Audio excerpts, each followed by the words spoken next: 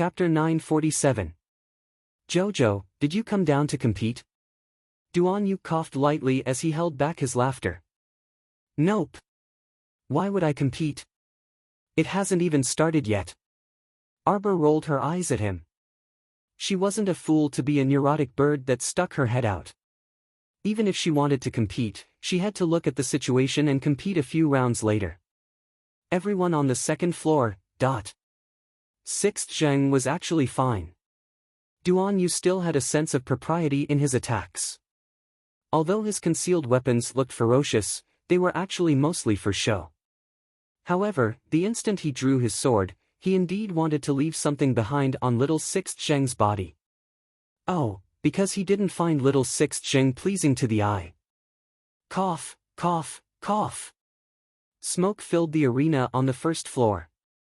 After Hall Master Ho Ping jumped down, she hastily waved the smoke in front of her and looked at the little girl with twitching lips.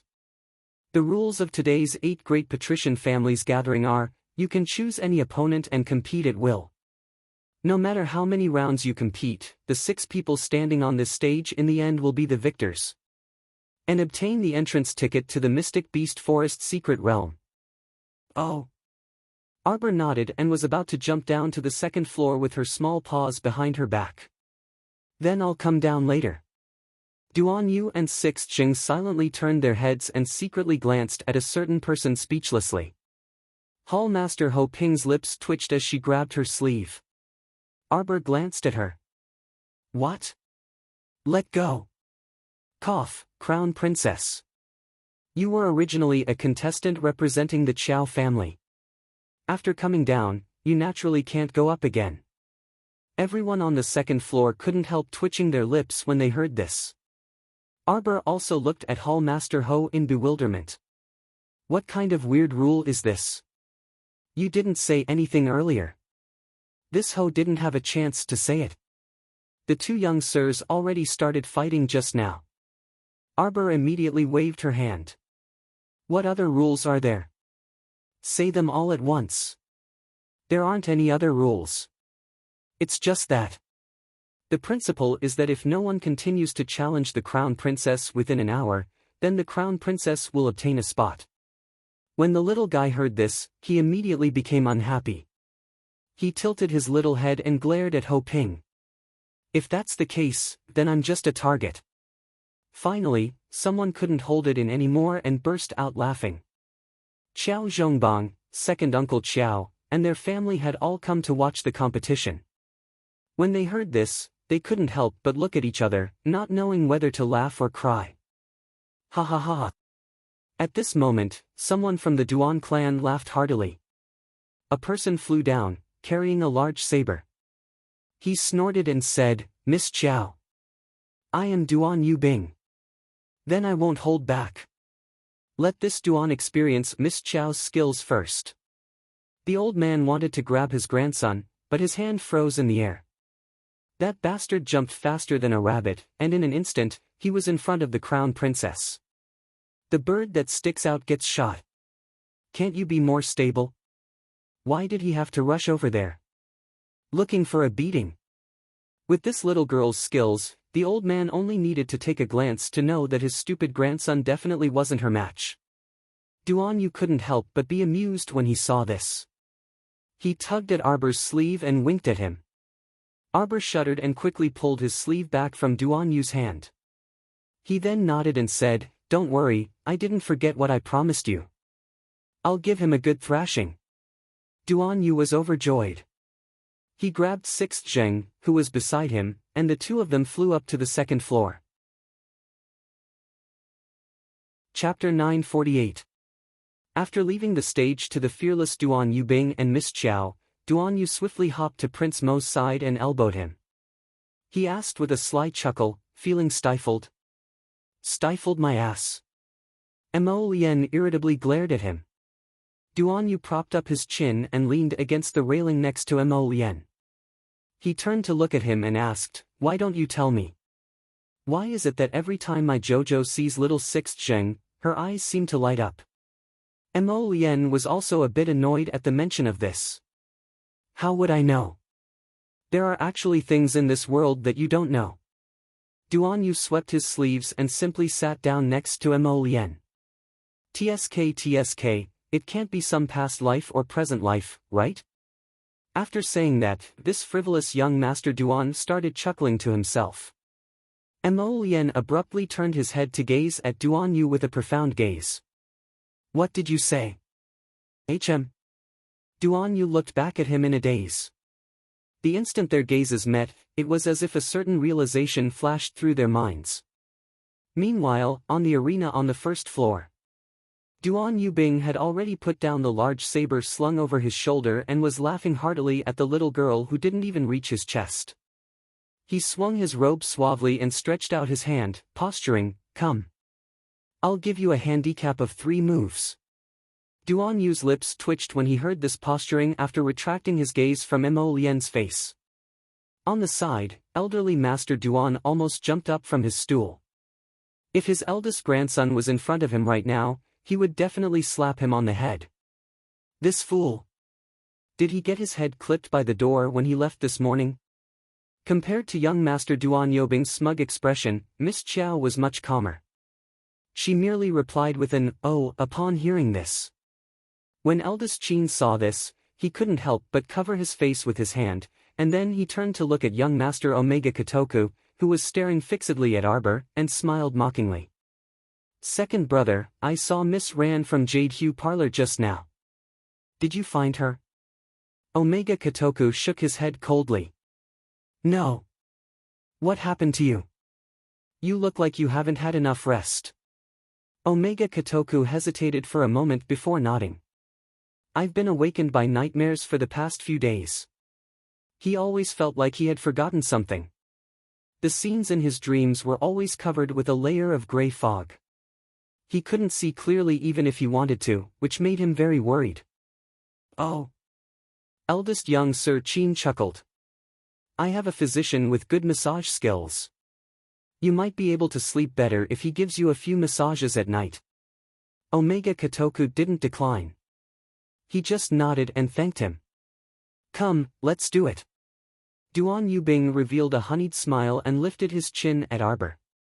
Everyone wanted to laugh, but they suddenly saw Miss Chiao's figure vanish into thin air. When she reappeared, she had already catapulted behind Duan Yubing, and a ferocious fist smashed into Duan Yubing's back with a bang. A burly man was sent flying into the air, and he bounced in midair due to inertia. With a loud bang, Duan Yubing was flung by Arbor onto the competition arena's railing and hung pitifully there. Everyone.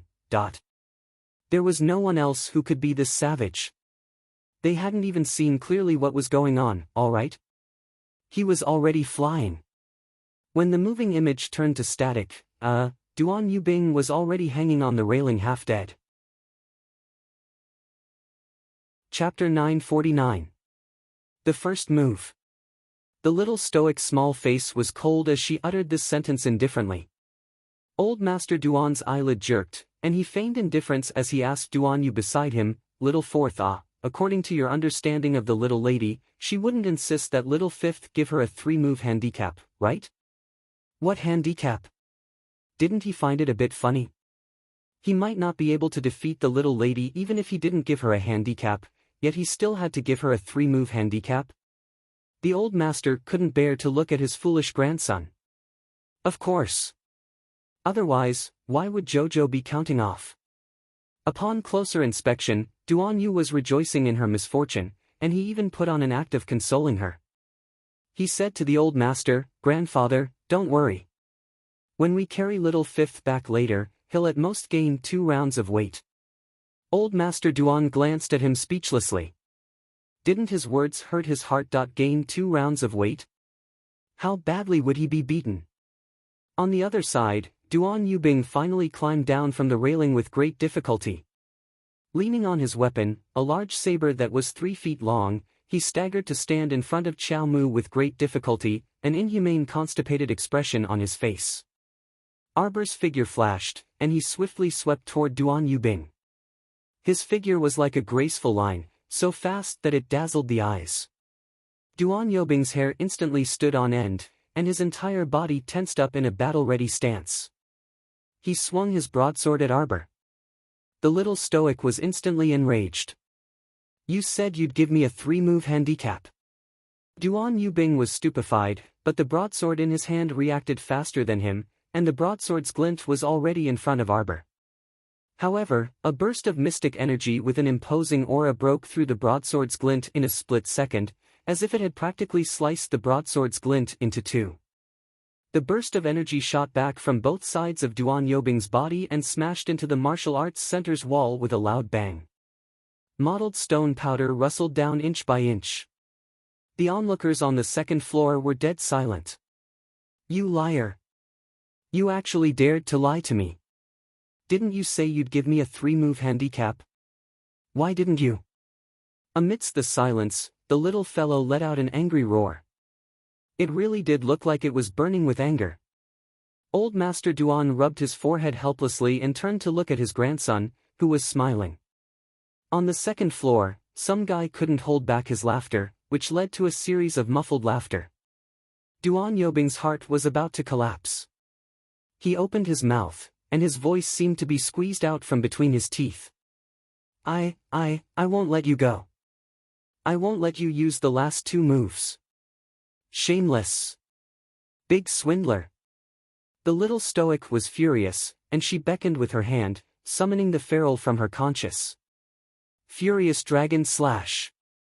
Mo Lien facepalmed while Duan Yu guffawed on the side. It was really too funny. Duan Yobing's blunder was really too funny. Arbor had always been a person who never changed her mind. Duan Yubing had agreed with her, but he changed his mind halfway through. How could she not be angry? Duan Yubing took a step back and used all the mystic energy in his body to cover the broadsword's blade. In just an instant, the furious dragon slash rushed in front of him. Duan Yobing's defense appeared very fragile in front of Arbor, who had condensed a mystic energy vortex into the shape of a dragon's head. The moment the two collided, the winner was immediately decided. Buzz! After a muffled sound, Duan Yubing once again flipped backward.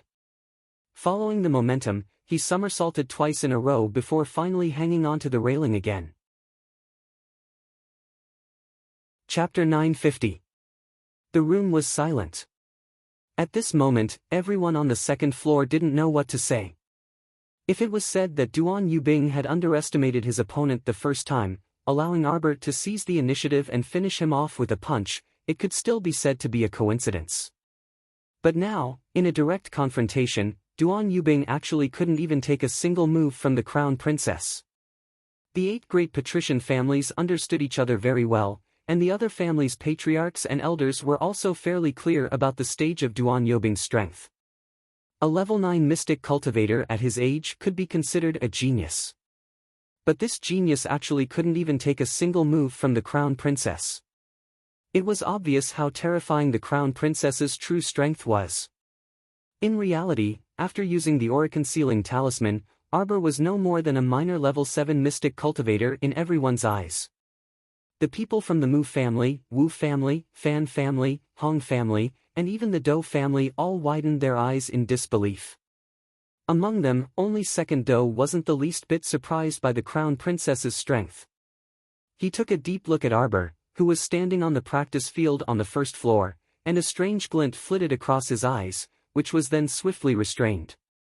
Second brother, you said before that you had once fought alongside the crown princess in Bailon City.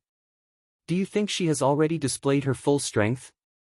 The Dou family's eldest young master, Dou Fengmian, glanced at his younger brother curiously. I don't know, but I can sense that her strength is unfathomable. Dou Fenghua shook his head. Wenren Ningjing, who had been sitting on the side with her lips pursed, suddenly interjected, her medical skills are also unfathomable. Dou Fenghua was startled, and he turned to look at his junior sister, Wenren Ningjing. His junior sister, Wenren Ningjing, had been spoiled by Uncle Master De Yuan and Valley Master Wenren into being unruly and naive, but her medical skills were quite good.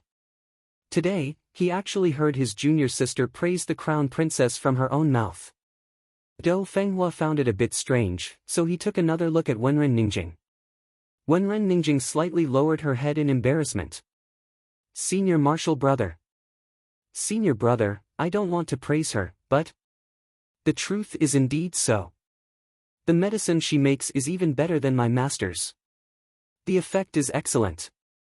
If Wenren Ningjing knew that the medicine for removing scars and bruises that Arbor had given her last time in Bailon City was actually something that Arbor had casually stewed using a small stew jar from a street stall, who knew what she would think? Dou Fenghua was slightly startled when he heard that. He understood Wenren Ningjing very well. She was also a rather proud person and absolutely wouldn't lie in front of him. Moreover, there was no need to say that it was fake. Dou Fenghua's heart had a faint trace of calculation. Duan Yubing failed in his challenge and ended in tragedy. In the end, he was carried back to the second floor. When he was placed beside Old Master Duan couldn't help but twitch his lips when he saw his eldest grandson's chubby face. How pitiful! Duan Yu waved his small fan in schadenfreude. Come, come! Why are you still standing there? Hurry and carry fifth young master home.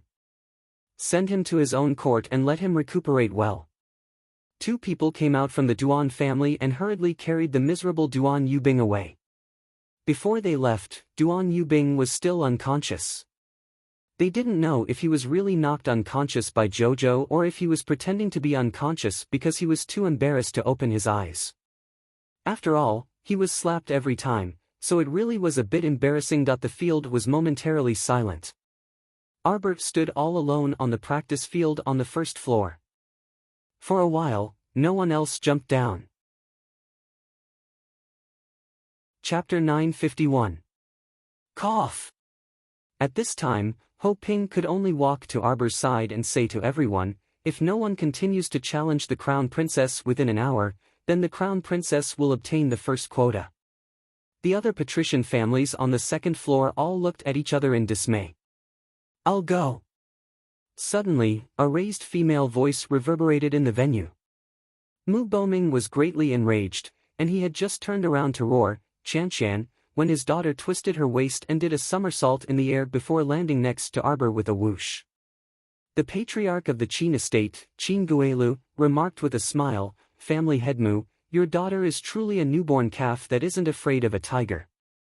Anyone could tell that Mu Chanshan basically had no chance of winning if she entered the arena now. Everyone was actually clear that the best method was to let the Crown Princess obtain the first quota, and then they would select the remaining 5 quotas from among them. Rather than forcefully confronting the Crown Princess, it would be better to conserve their strength and strive to obtain an extra quota for their family clan. When Hall Master Ho saw that someone had already entered the arena, he ordered someone to take away the timer and silently retreated from the arena. Arbor, make your move. Let me see what kind of strength the daughter of the capital's new patriarch, the Qiao family's patriarch, has to secure her position as the Qiao family's eldest miss. Mu Chanshan snorted, and a yellow talisman appeared in her left hand, which she threw at Arbor. Arbor's brows twitched, and he also threw out a talisman with a wave of his finger. With a flash of blue light, the two talismans drew a semicircle in the air before splitting apart and crashing into each other at the same time.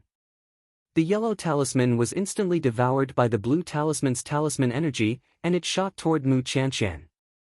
Mu Chanshan was greatly alarmed, and she threw out a defensive talisman to block in front of her. Bang! Arbor's advanced-level blue attack talisman had already penetrated the defensive talisman Mu Chanshan had set up and was heading straight for Mu Chanshan's face. Mu Boming instantly jumped up from his seat when he saw this, and he stared in shock at the blue talisman Arbor had thrown out. High-level blue attack talisman. This kind of talisman had never been circulated on the market. In the entire talisman aristocratic family, besides him, there were absolutely no more than 3 elders who were capable of drawing such a high-grade offensive talisman. Why would this little girl have such a talisman? Defensive talisman. Mu Chanshan, whose expression had changed drastically, instantly threw out 4 to 5 defensive talismans in front of her face. However, it was useless. It was still useless. She watched as the offensive talisman pierced through her defensive talismans, completely ignoring her defenses, and approached her eyes. In the nick of time, Mu Chanshan pulled out a hairpin from her hair and smashed it on the ground. After a loud bang, a shield-shaped defensive barrier suddenly appeared in front of her, blocking the attack of the blue talisman. The 10th grade defensive profound artifact displayed its greatest effect and blocked this wave of attack in an instant. Arbor's eyes flashed. He frowned and said, "If you're going to use a talisman, then use a talisman. Why did you open a defensive shield?" Mu Qianqian only felt that the young girl was humiliating her with these words, and her face flushed bright red. Her small hand under her sleeve tightly gripped the soul swap talisman that Sir Black Cat had given her. However, if she dared to use the soul swap talisman under everyone's watchful eyes right now, it would definitely bring her a great deal of trouble. At that time, she might become the target of public criticism right after the soul swap was successful, and she might be burned alive as a bunch of witches who would mistake her for a curse practitioner. At this time, Arbor suddenly swiped his hand across the air. Chapter 952. A row of talismans floating with blue light lined up neatly in front of Arbor after several whooshing sounds. There were no less than a dozen talismans. The row of high-rank blue attack talismans contained powerful talisman energy, and they were like arrowheads waiting to be fired at their owner's command. This time, those elders of the Mu family couldn't sit still any longer, and they all jumped up from their stools as they stared in shock at the talismans in front of Arbor. So many high-rank blue attack talismans. Mu Boming sucked in a cold breath, his entire person in an extremely unstable and stupefied state. He stared blankly at the expressionless little lady standing in the arena, and his fists involuntarily clenched tightly. He turned his head and couldn't suppress the indignation in his voice. "Elder Piao, do you think this little lady is a high-rank great talisman practitioner?" The one Mu Boming addressed as Elder Piao was the one who looked the most mellow among the Mu family elders, and he was also the head elder of the talisman patrician family. "High-rank great talisman practitioner, high-rank great talisman practitioner." Mu Boming muttered to himself. His entire being was rather agitated as he abruptly raised his head to look at the arena. He abruptly raised his hand and stood up. "Wait. Don't joke around. How could his daughter Mu Qianqian be a match for a high-rank great talisman practitioner?" With a move of Arbor's fingers, more than a dozen high-rank attack talismans circled around Mu Qianqian, shooting one talisman after another outside Mu Qianqian's defensive barrier. After the defensive barrier blocked the first, second, and third high-rank attack talismans, that hairpin-shaped defensive mystic weapon started to crack from the tail. By the time it received the fifth high-rank attack talisman, the entire defensive mystic weapon instantly crumbled and turned into fine powder. The remaining high-rank blue attack talismans instantly leaped in front of Mu Qianqian. Just as she was about to turn into dregs, Mu Qianqian shouted and raised her hand feebly. I admit defeat. I admit defeat." A trace of fury flitted through Arbor's eyes, and he leaped up without another word, punching Mu Qianqian's left cheek. Mu Qianqian staggered back several steps before collapsing on her butt. She spat out a mouthful of blood, and her aura instantly wilted, cutting an extremely sorry figure. Her cold fingers tightly grasped the soul exchange talisman hidden under her sleeve. She suddenly raised her eyes to look in a direction on the second floor. Lord Black Cat was hiding there, looking at her disheveled state without any reaction. Mu Qianqian gritted her teeth, and her butt shifted slightly as she crawled back several steps. While coughing up blood, she shouted, I admit defeat, admit defeat. Don't attack me again." Seeing the little stoic approaching, Mu Qianqian actually let out an ear-piercing shriek. It was evident that she was terrified of this little fiend in front of her. Now that her face had been shattered into pieces, she naturally didn't care about anything else. In any case, he had to save his own life first. Arbor took back the remaining high-level offensive talismans, looked at her coldly, and said, "Have your family's talisman expert come out." It was only at this point that the astonished crowd came back to their senses one by one and clearly heard the conversation between Elder Pei and Mu Boming. Everyone was endlessly shocked in their hearts. The Crown Princess is actually a high-level great symbol master? Not only was the Crown Princess a mystic cultivator whose cultivation couldn't be seen through, she was also an expert in talismans. How old was she? Even if she started practicing in her mother's womb, she couldn't possibly have become a high-level great symbol master now, right? Mu Qianqian coughed up another mouthful of blood before putting the soul exchange talisman back into the depths of her sleeve. Chapter 953. I might not be good, but don't be smug. Mu Qianqian scoffed. Our Mu family has many talisman experts. Why you think that you're very awesome? Cough, cough, cough. After saying that, she even stubbornly glared fiercely at Arbor. Arbor shook his head. I don't know if I'm awesome or not. That's why I want to find someone to compete with. Everyone. They kept feeling that this child was inadvertently speaking the truth, which would infuriate them to death. That Mu Liangde from your family isn't as good as you. This child turned around and said this. Mu Boming was about to choke to death from her straightforward words. His gaze shifted to Mu Zhilan, who had an unsightly expression, before turning to look at the gloomy Mu Zijuan on the other side. Mu Zijuan creased his brows.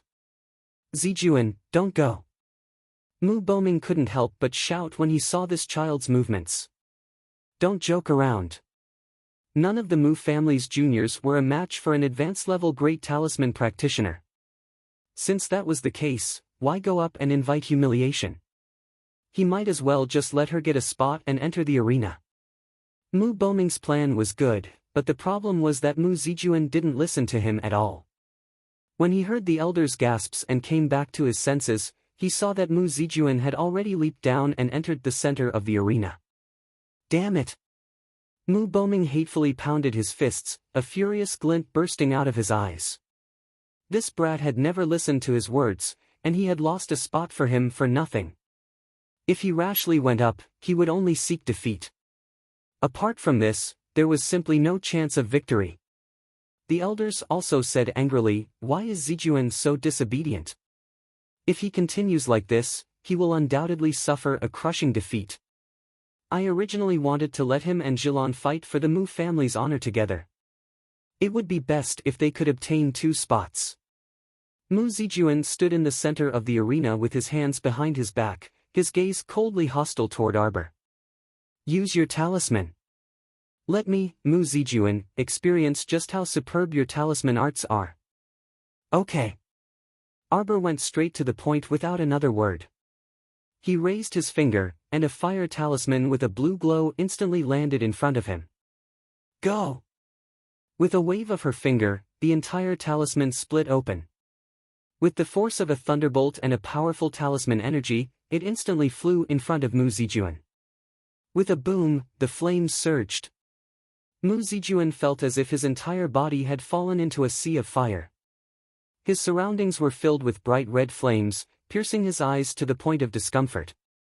Fortunately, he was prepared and immediately activated the defense talisman. These 2 talismans were given to him by the elder. They were high-level talismans, and although they were only yellow talismans, they should be able to withstand the fire attacks of Arbor without a problem. Fire attack? Why was there a fire attack? The blue offensive talismans that Arbor had thrown at Mu Qianqian earlier were offensive talismans that contained powerful mystic energy. The mystic energy in the offensive talismans drawn by them wouldn't exceed 70% of the talisman practitioner's own strength. And now, if it wasn't an offensive blue talisman, then what was it? Mu Zijuan had simply never heard of or seen a fire attack. Even Mu Boming, Elder Pei, and the others were stupefied. Mu Boming gaped as he rummaged through all the talisman information in his mind. Finally, his hoarse voice trembled with fear as he said, "See, could it be? The 5 spirit talisman. Of the fire spirit talismans? How is that possible?" Elder Pei felt his own breathing quicken. Chapter 954. A high-level talisman technique like the 5-spirit talisman was an exquisite talisman technique that could only be learned in the main clan of the Divine Mainland. Mu Boming, Elder Pei, and the others only felt as if their eyes weren't enough to take in everything as they followed the nimble little figure in the arena. They saw her stretch out her hand. Paw! Paw! Paw! She brandished 3 fire spirit talismans, causing them to split open at the same time. The fire spirit power within converged into a long dragon, which whipped straight at Mu Zijuan, who was enveloped in flames. Shit, this little lady was too savage. Everyone shuddered inwardly, and they looked sympathetically at Mu Zijuan, who was heavily enveloped in flames. At this time, Mu Zijuan's 2 defensive talismans were already completely insufficient.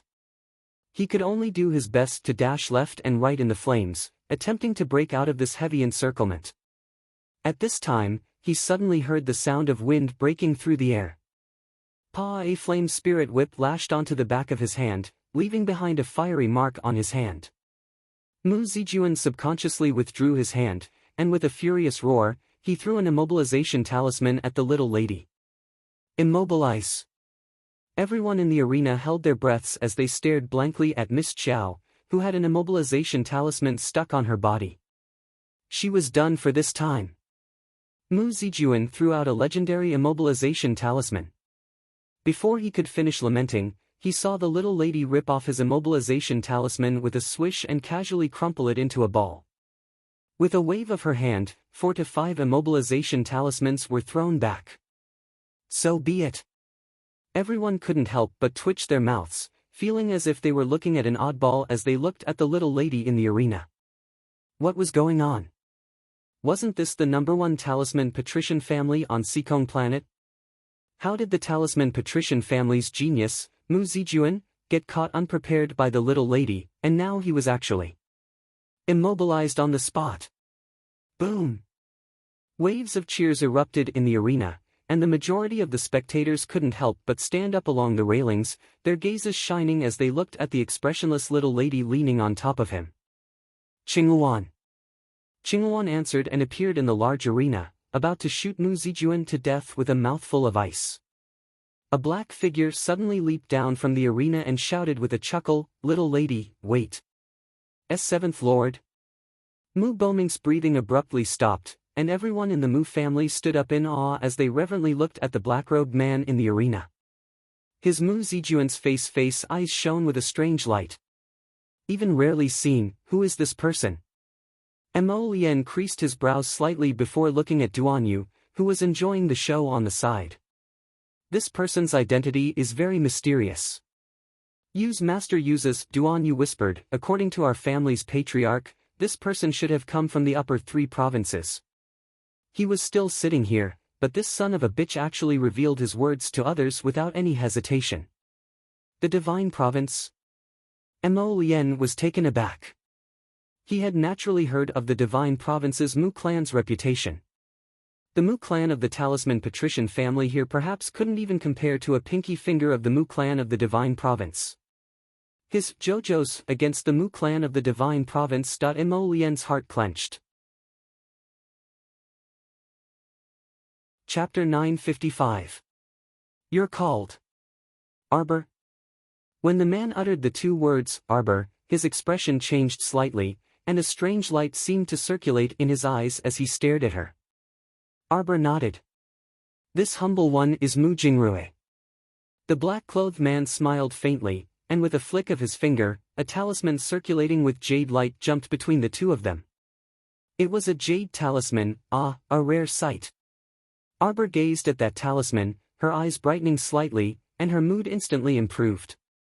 To be able to use an advanced-level summoning talisman to summon a divine beast, this little girl is indeed extraordinary. How about letting this Mu experience your brilliant moves today? The black-clothed man wasn't provoking her, but he truly wanted to test the little girl's skill. Just now, he saw her opening the talisman extremely fast and smooth, so she must be a disciple of a talisman master. What the hell was an advanced-level summoning talisman? Everyone was bewildered when they heard this. Why did they feel that the man's words were clear when they were taken apart, but the meaning was especially hard to understand when they were put together? Their hesitant gazes finally landed on the Qinghuan spiraling in the air with some horror. Mu Boming nearly blurted out in shock, "This is a summoned beast?" Wow, everyone was in an uproar. It was said that summoning talismans were on the verge of extinction, because on the entire Seikong planet, only the Talisman Patrician family had a single summoning talisman. In the entire talisman patrician family branch, no one could draw a new summoning talisman. Mu Boming couldn't, and those two all-powerful advanced-level great talisman masters and elders also couldn't. But now, this little girl in front of them could draw summoning talismans? Seventh Master's meaning was that this divine bird Qing Luan was actually summoned by the little girl's summoning talisman? Haha, what a terrifying joke. Come. Arbor waved her white hand and directly took out 3 advanced-level attack talismans drawn with ebony. They whooshed over to the black-clothed man. The two powerful talisman forces collided, and in a split second, the two people's outer garments were blown up. The 3 advanced-level attack talismans were all blocked by the jade talisman thrown out by the black-clothed man. Arbor's gaze shifted, and she quickly retreated and threw out 4 explosion talismans. The moment the talisman shot out, it immediately exploded. The large martial arts practice field was filled with bursts of explosive sounds. The hard blue and white tiles of the first floor were actually blasted open by these layers of explosions. A defensive talisman array formed by defensive talismans had unknowingly appeared in front of the man in black. The moment the defense glyph array was activated, an impregnable wall seemed to have been built around his body, completely blocking the power of the explosion.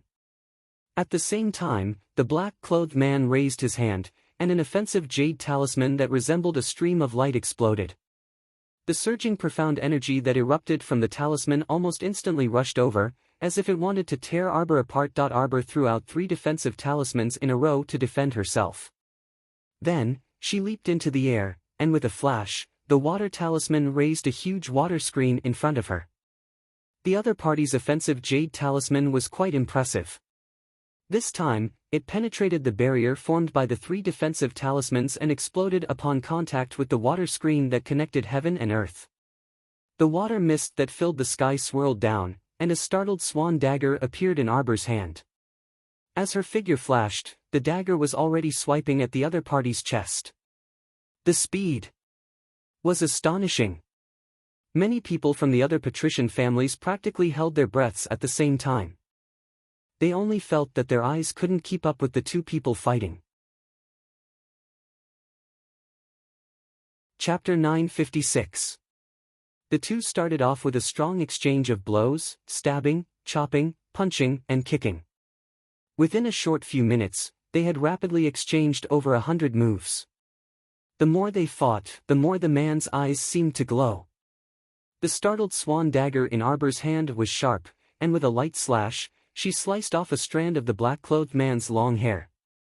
The black-clothed man was slightly shocked, and he inwardly praised, "What a great startled swan dagger," as expected of that person.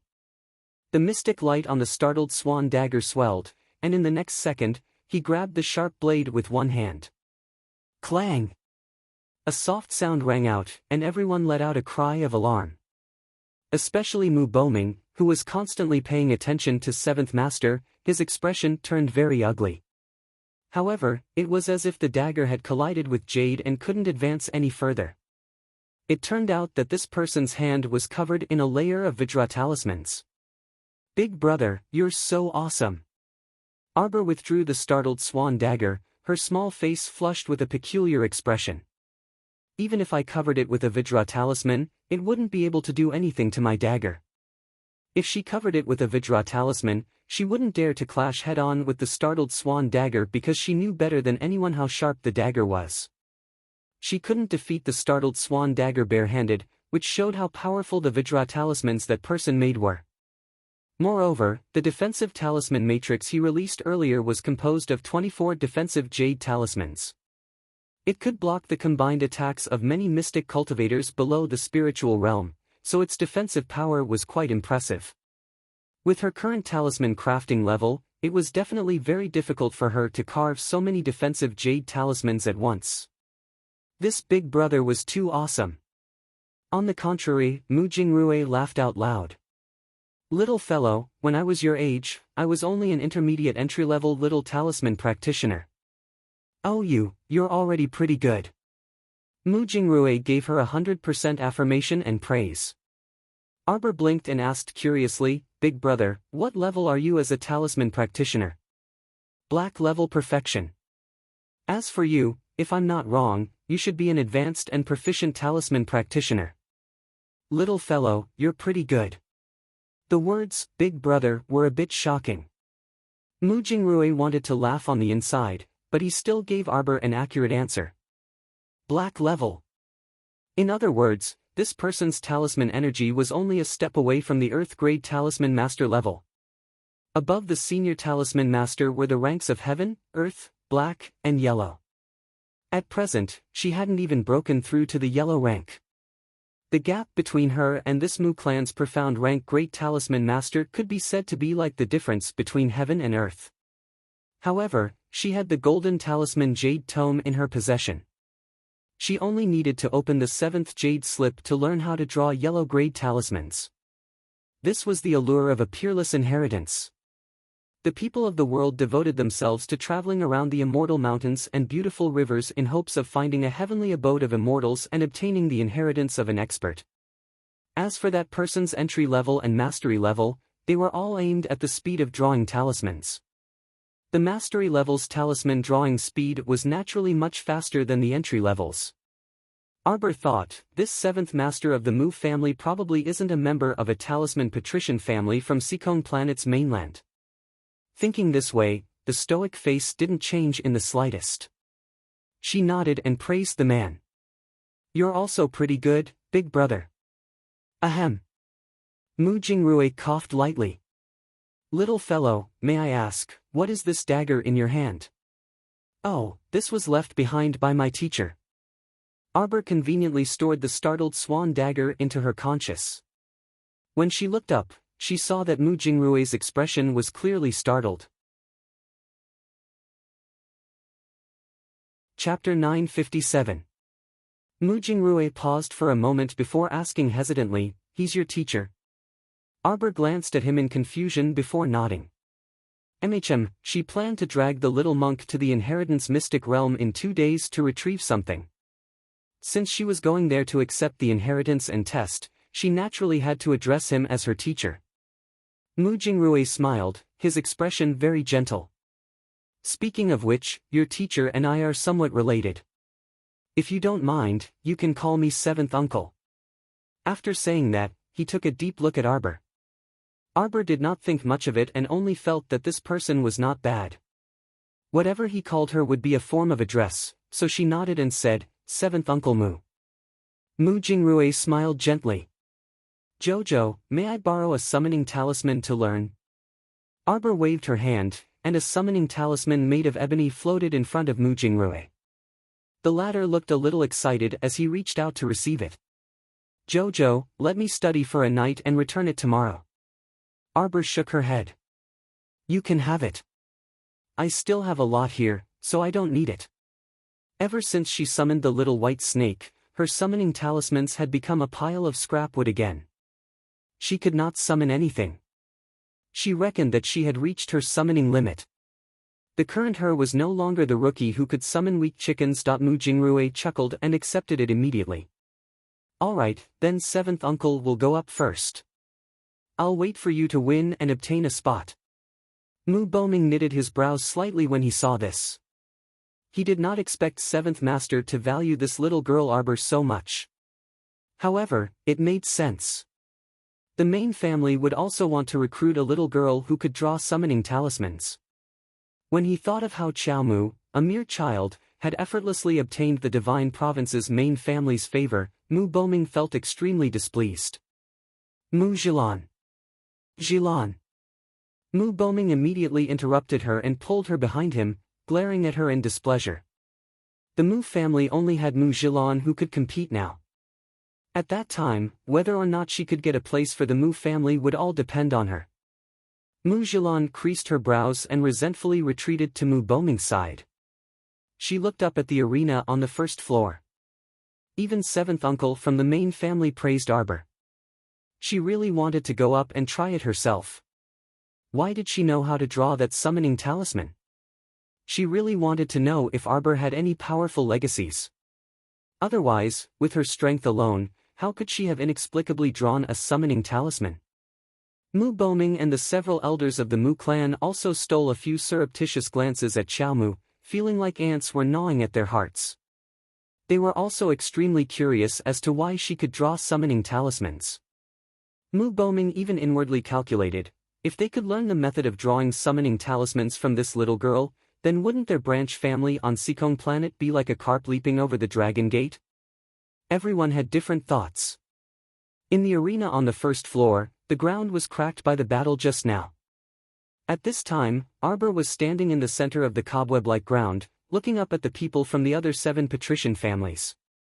After waiting for a long while, just as Arbor was about to fall asleep, a cold voice suddenly sounded.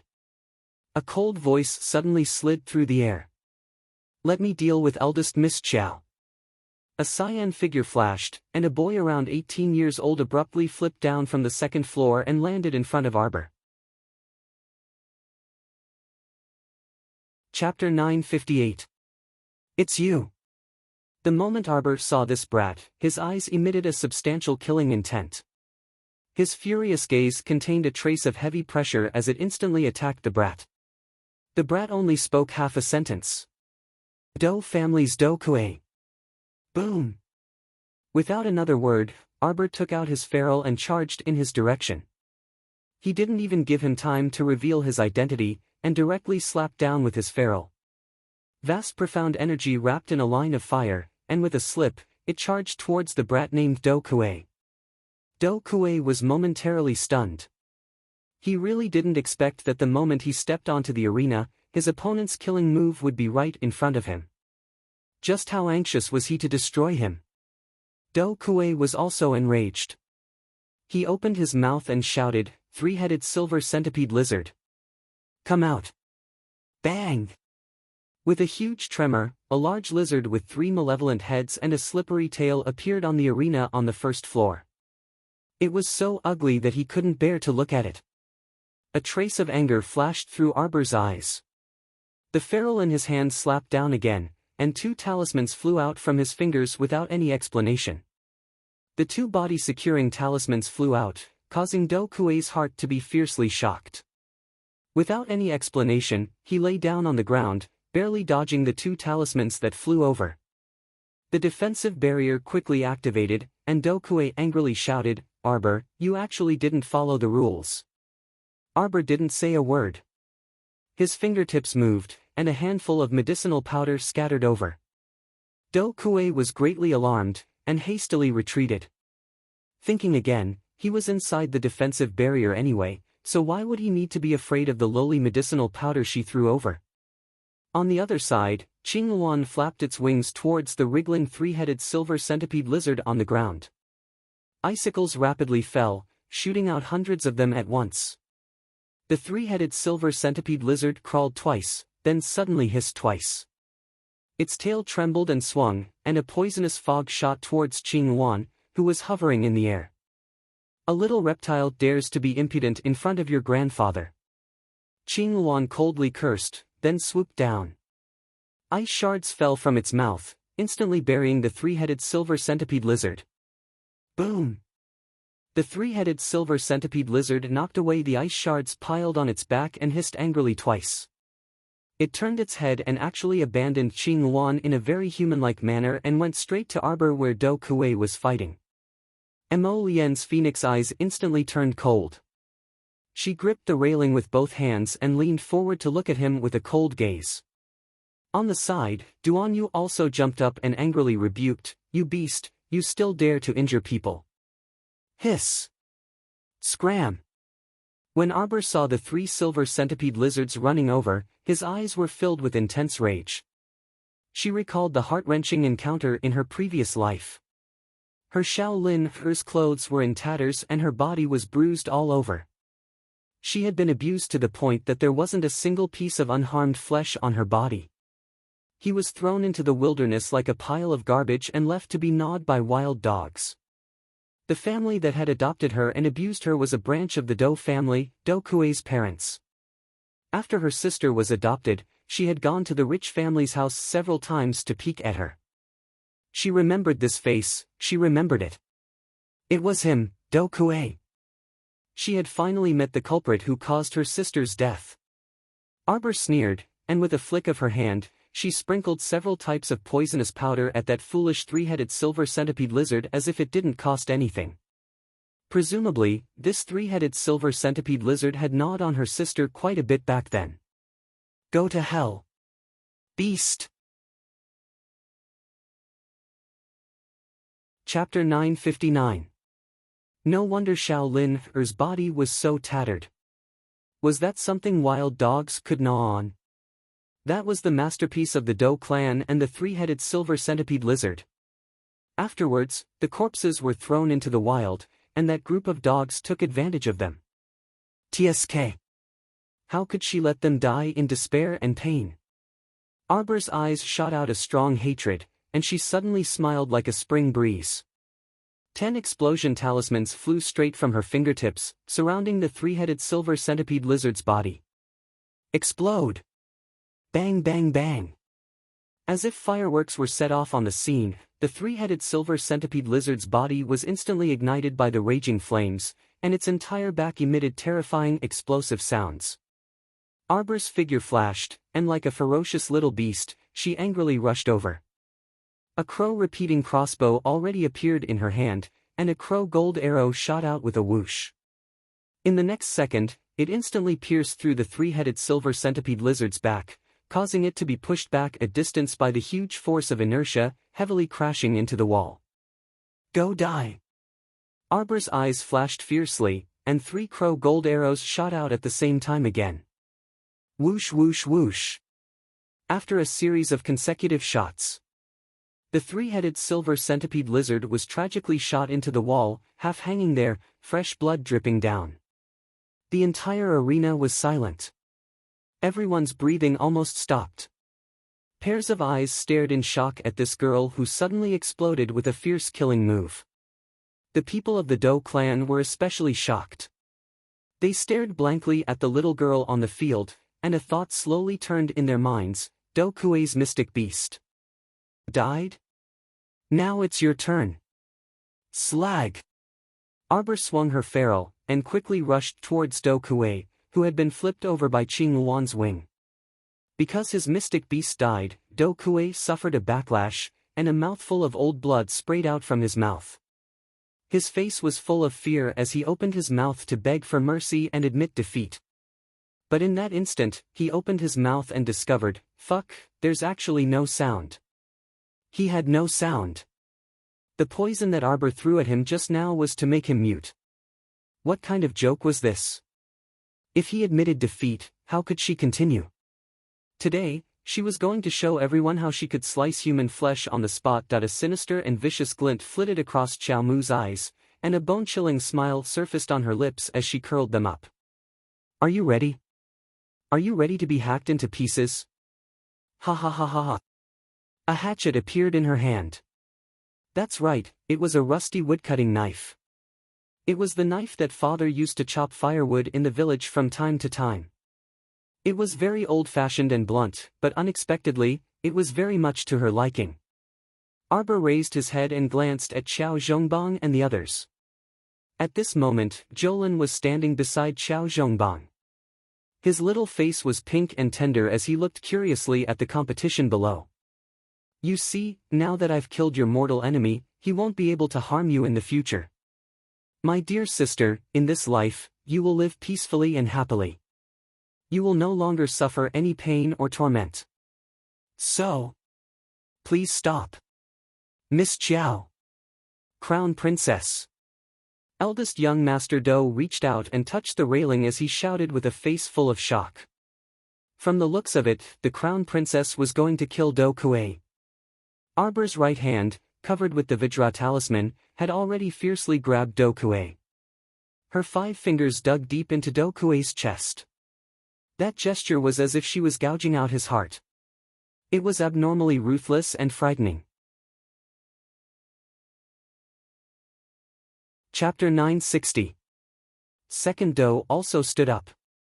He clearly saw that the depths of the Crown Prince Consort's eyes were clearly filled with severe hatred.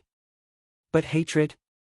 Could it be that the Crown Princess's hostility towards the Dou family all came from this branch family? But why? Second Do couldn't figure it out and secretly ordered the disciple behind him. The disciple nodded and then turned to leave. Crown Princess, please calm down. I don't know how my Do family's Do Kuei has offended you. Qiao Mu's fist landed on Do Kuei's face. Just as he collapsed against the wall, the 5 fingers that had pierced into his chest deepened. I want to see what color your heart is. Only Do Kuei clearly knew how horrifying it was when the little girl in front of him said those words with her head tilted and her face paralyzed. Malicious spirit. It was as if she was a malicious spirit that crawled up from the underworld. This kind of expression made him vaguely feel as if he saw the gates of the underworld open for him. Do you know what it feels like to have a tattered body? Do you know what it feels like to be naked after death and even have your last shred of dignity taken away by you? Arbor leaned close to his face, her eyes flashing with an ice-cold light. I'll let you try it. Do Kuei's mouth was wide open, but he couldn't make a single sound. Fear and dread engulfed his heart. His entire body trembled and he almost went limp in her hand. Why did a mere competition turn into taking his life? The face of the seemingly cold and beautiful little girl in front of him was like a ghost smeared with blood. It looked extremely terrifying. Chi La. Arbor withdrew her 5 fingers, bringing out a piece of clothing, minced flesh, and blood. She coldly looked at the person paralyzed on the wall. His gaze was sluggish and hesitant. Because of the intense pain, his 4 limbs began to twitch. Enjoy your last bit of despair. Arbor coldly released her hand and raised the firewood chopping knife in her hand. She turned a deaf ear to the shouts of the people on the 2nd floor and chopped down with the knife. What came out of that chop was a piece of flesh from Do Kuei's arm.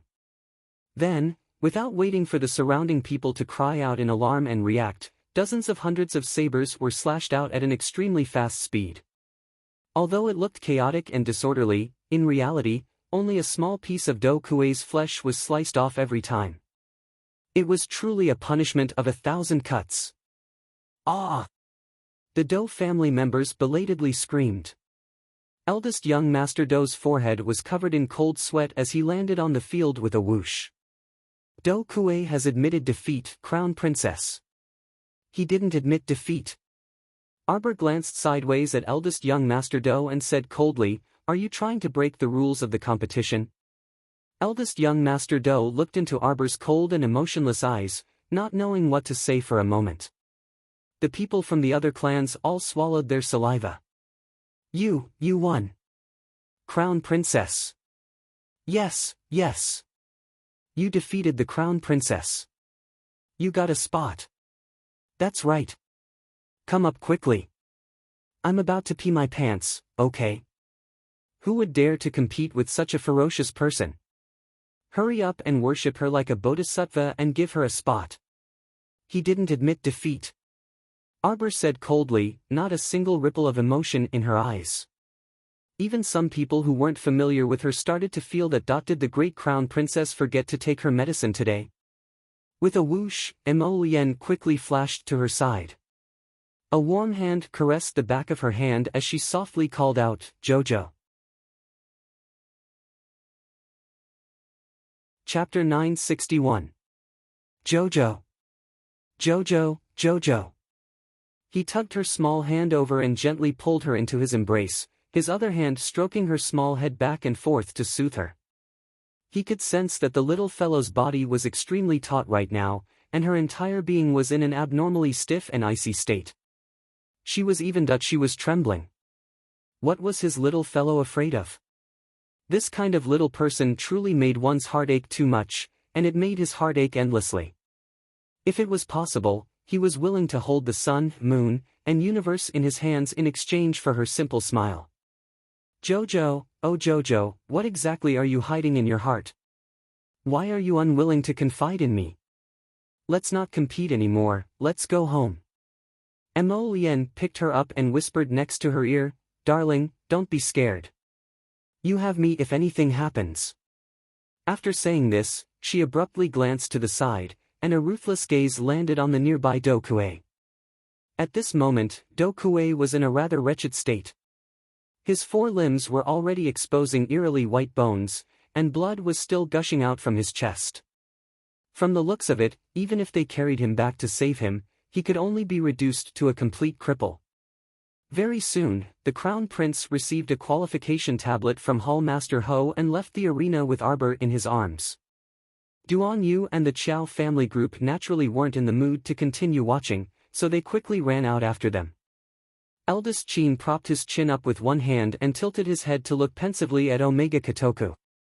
Second brother, what are you thinking about? Omega Kotoku returned to his senses and reflexively glanced at eldest Qin, but he didn't say anything.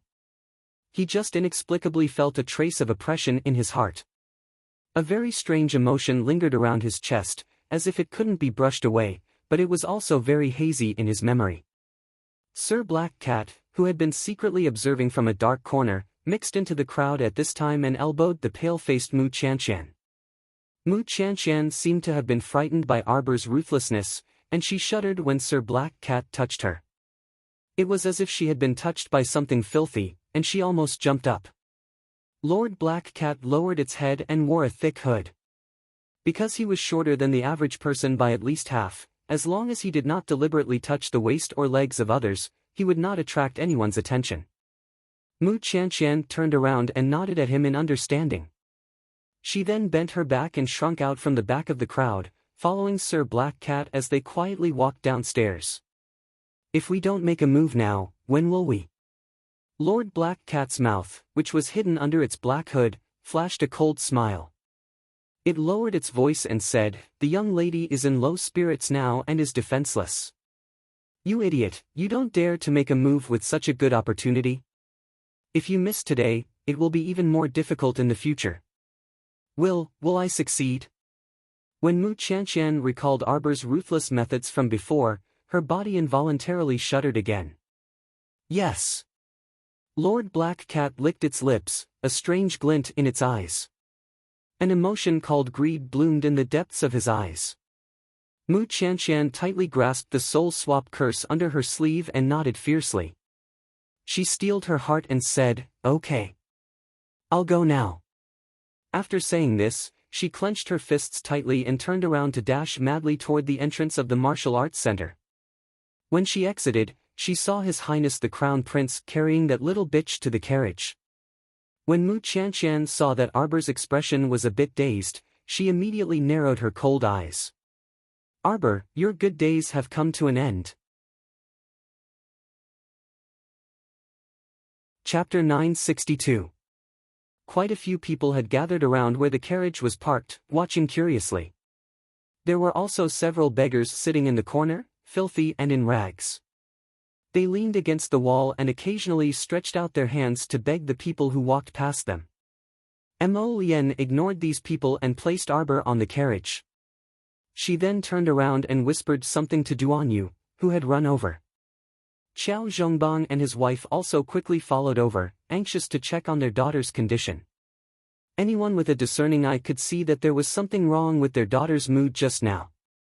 And right at this moment, Mu Chanshan arrived at the back of the carriage with a flash.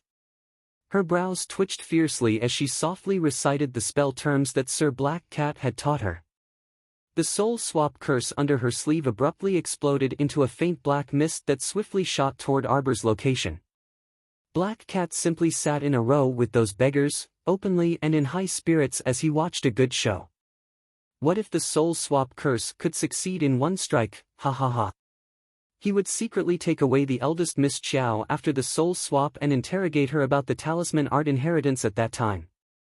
That's right. Right now, Black Cat's greatest wish was to pry that complete talisman art inheritance out of Arbor's mouth. No one would believe that a 14 to 15-year-old little girl with superb talisman arts wasn't an inheritance.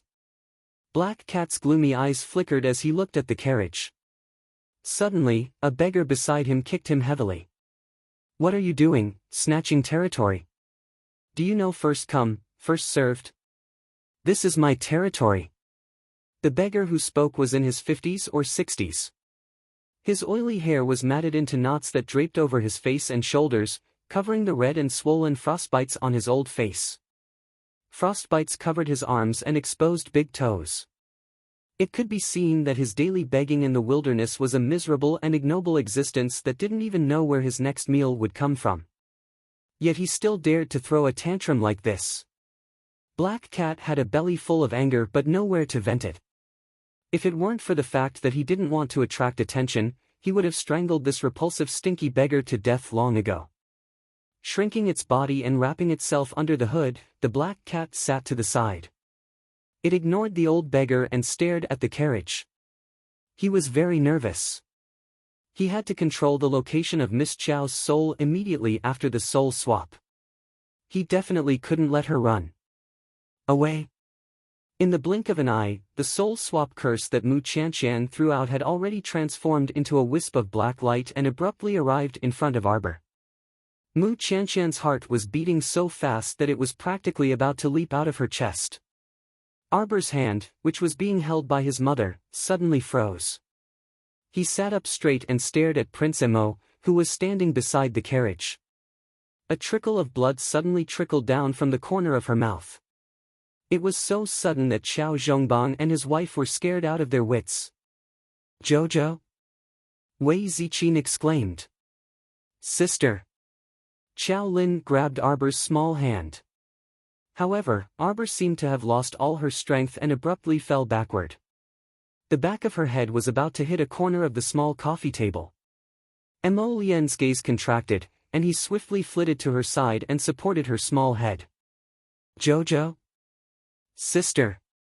Quick! Quickly return to the residence!" Qiao Zhongbang shouted in panic. Hui Feng, quickly summon old royal physician Qiao. "Yes, Your Highness." "Your Highness the Crown Prince," Mu Qianqian fainted behind the carriage. "Throw it further away." Chapter 963. Damn it! Sir Black Cat watched as Prince Mo's two subordinates cruelly tossed Mu Qianqian's unconscious body onto the rundown stall before swaggering off. He hastily and stealthily chased after them, grabbing Mu Qianqian and disappearing into the crowd with a few leaps. However, he was a bit hesitant in his heart. Strange, did she succeed or fail? But if the soul swap failed, the best-case scenario would be vomiting blood and paralysis, while the worst-case scenario would be her soul dispersing and dying on the spot. It didn't look like a failure. Forget it. Let's take Mu Qianqian's body away first. Perhaps eldest Miss Chow's soul was already inside Mu Qianqian's body.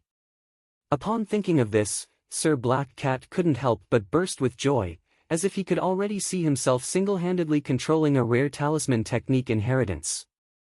Not long after he left, that old beggar whose entire body was covered in frostbites and whose head was covered in lice suddenly jumped up from the base of the wall.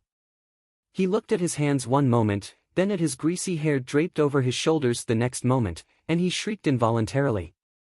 But when he truly heard his own hoarse drake-like voice, it was as if he had been struck by lightning, and his eyes bulged in fright. "Eh! Old Sly, what's wrong with you?" The other beggars who were leaning against the wall were all startled by his sudden deranged appearance.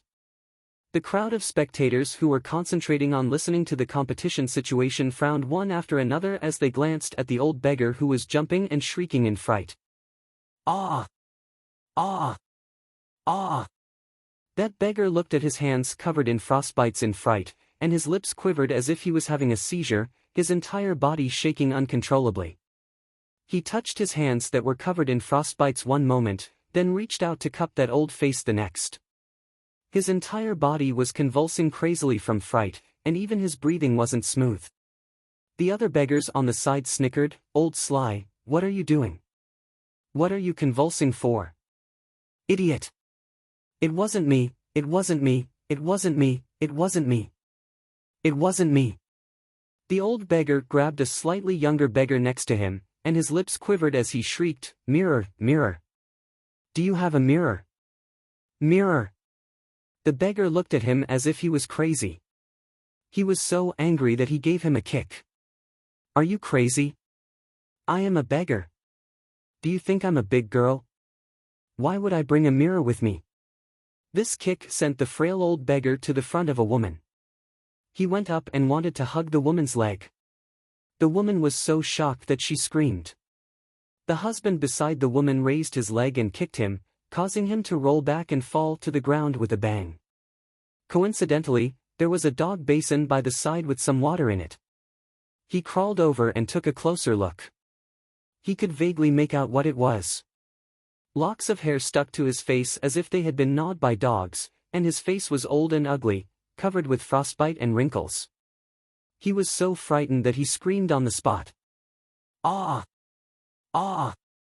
Ah! Ah!" The old beggar clawed at the ground and smashed it hard with his frostbite-covered hands. His eyes were filled with disbelief. "Ah!" He crawled to his feet as if he had gone mad, muttering, "Lord, Lord Black Cat, Lord Black Cat," as he ran madly to look for someone. Why was it like this? Mu Chanshan didn't know. The soul swap curse was a success. Mu Chanshan's soul had now been successfully swapped into the old beggar's body. Raise your hand in fright from the title. Chapter 964. It was a success, the soul swap curse. Mu Chanshan's soul successfully entered the old beggar's body, but this wasn't the success that Mu Chanshan wanted. This kind of successful soul swap didn't have any substantial meaning. Mu Chanshan howled like a madwoman the entire way as she searched for Sir Black Cat's figure all over the streets. Where was Sir Black Cat? He had long thought himself infallible and ran off with Arbor in tow. Since it succeeded, Sir Black Cat naturally had to find a secluded place and slowly interrogate Arbor about the origins and specific circumstances of the talisman art inheritance. Meanwhile, Mu Chanshan was running further and further away. She ran out of the bustling main street and shuttled through various small alleys like a madwoman, screaming, Sir Black Cat. Ah! Why was it like this? Her hand, her face. Would she be able to change it back? She must find Sir Black Cat, Sir. Ah, she didn't even have extravagant hopes of switching back to the Crown Princess's body now.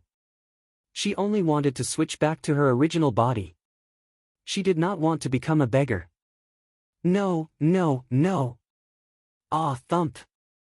Mu Chanshan's head seemed to have bumped into something, and it hurt. She widened her tear-filled eyes as she dazedly gazed at the empty space in front of her. There was nothing at all. Why did it feel like she had bumped into a wall just now?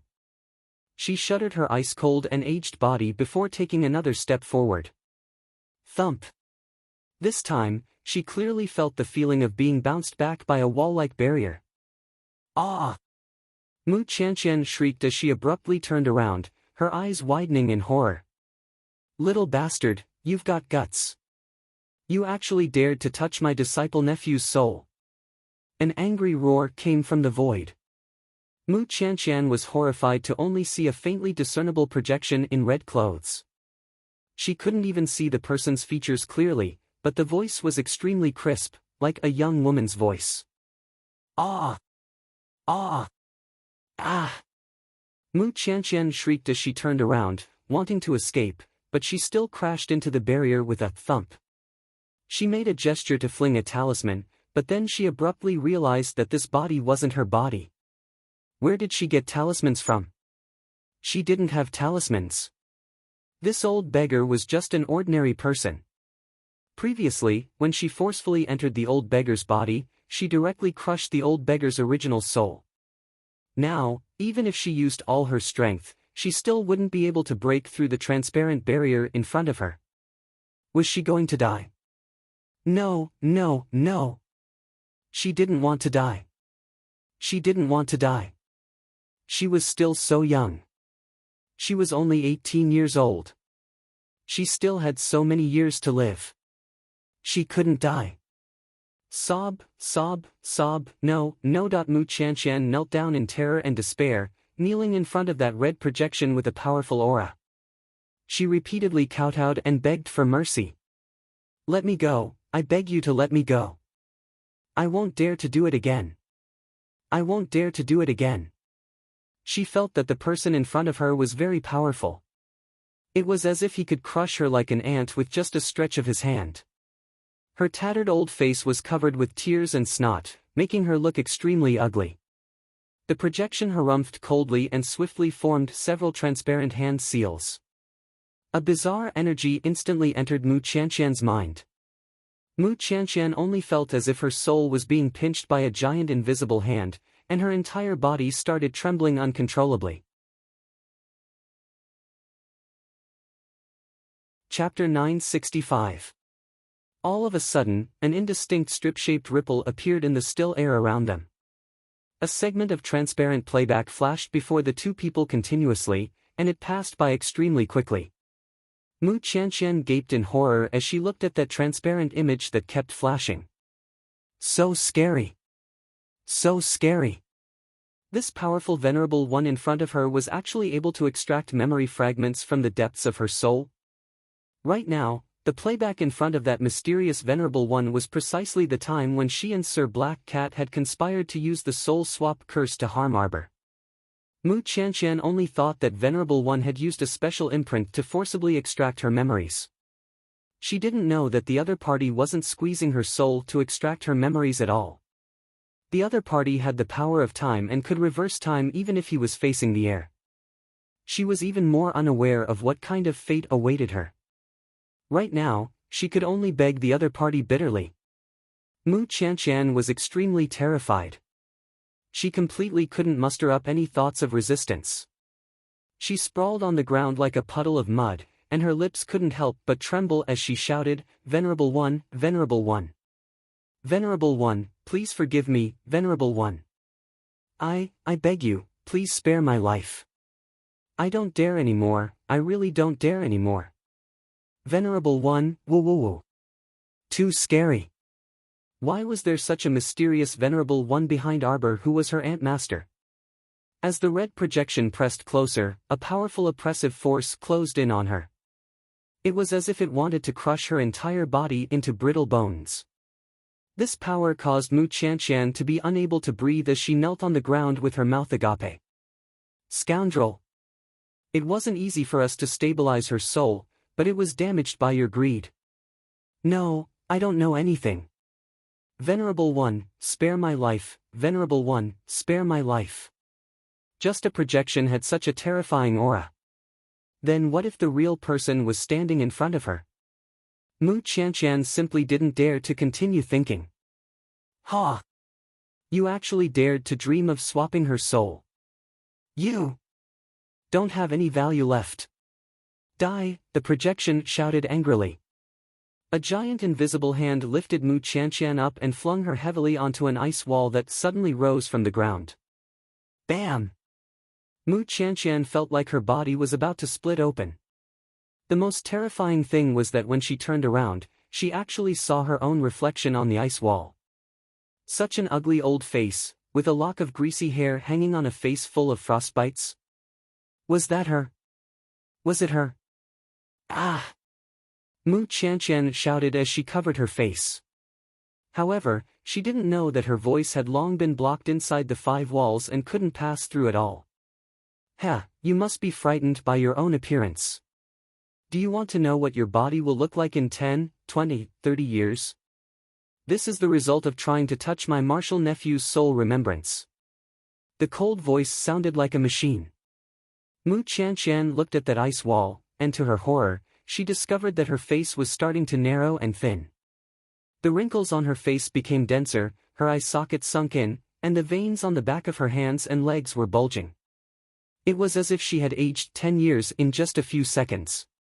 She was getting older and older. Her voice was like that of a dying old man, and her turbid eyes were filled with terror as she repeatedly shouted, "No, no."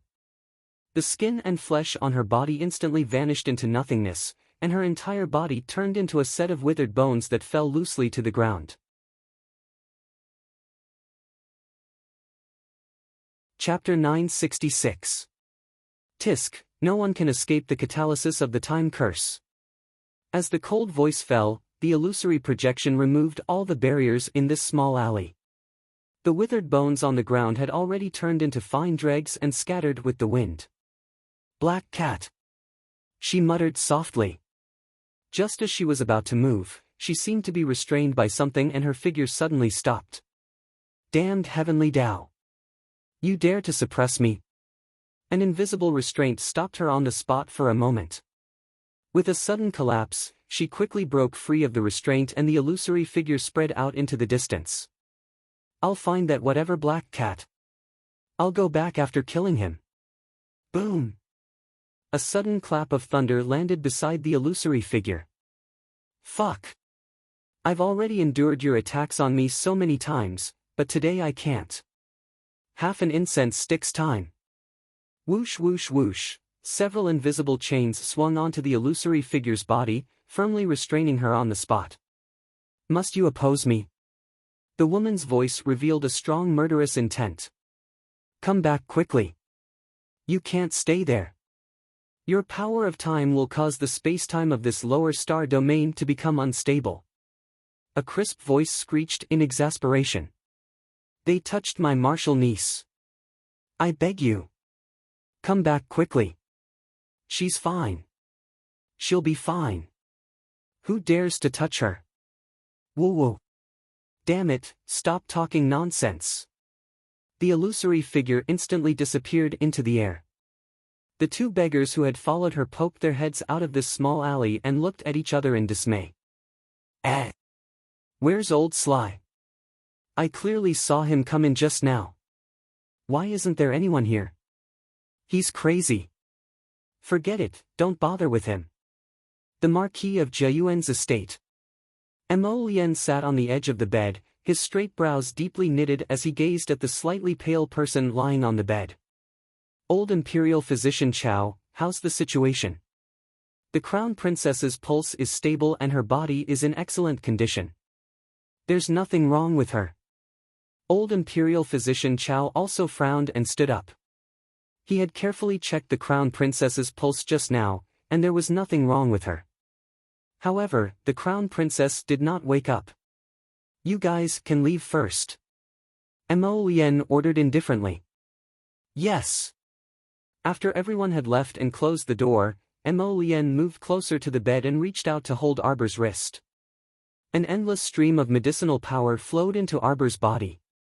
As the seconds ticked by, Mo Lien's forehead was covered in a layer of cold sweat. But his Jojo still did not wake up.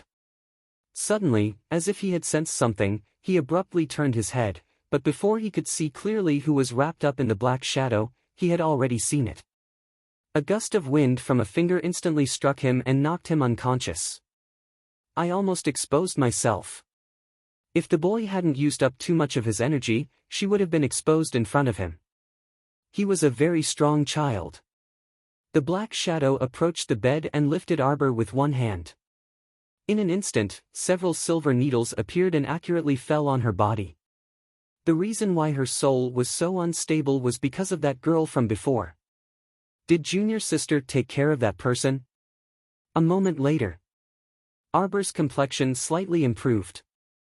Her eyelashes fluttered and she looked at the muslin canopy above her head in a daze. Then, as if she felt something, she turned her face to the side.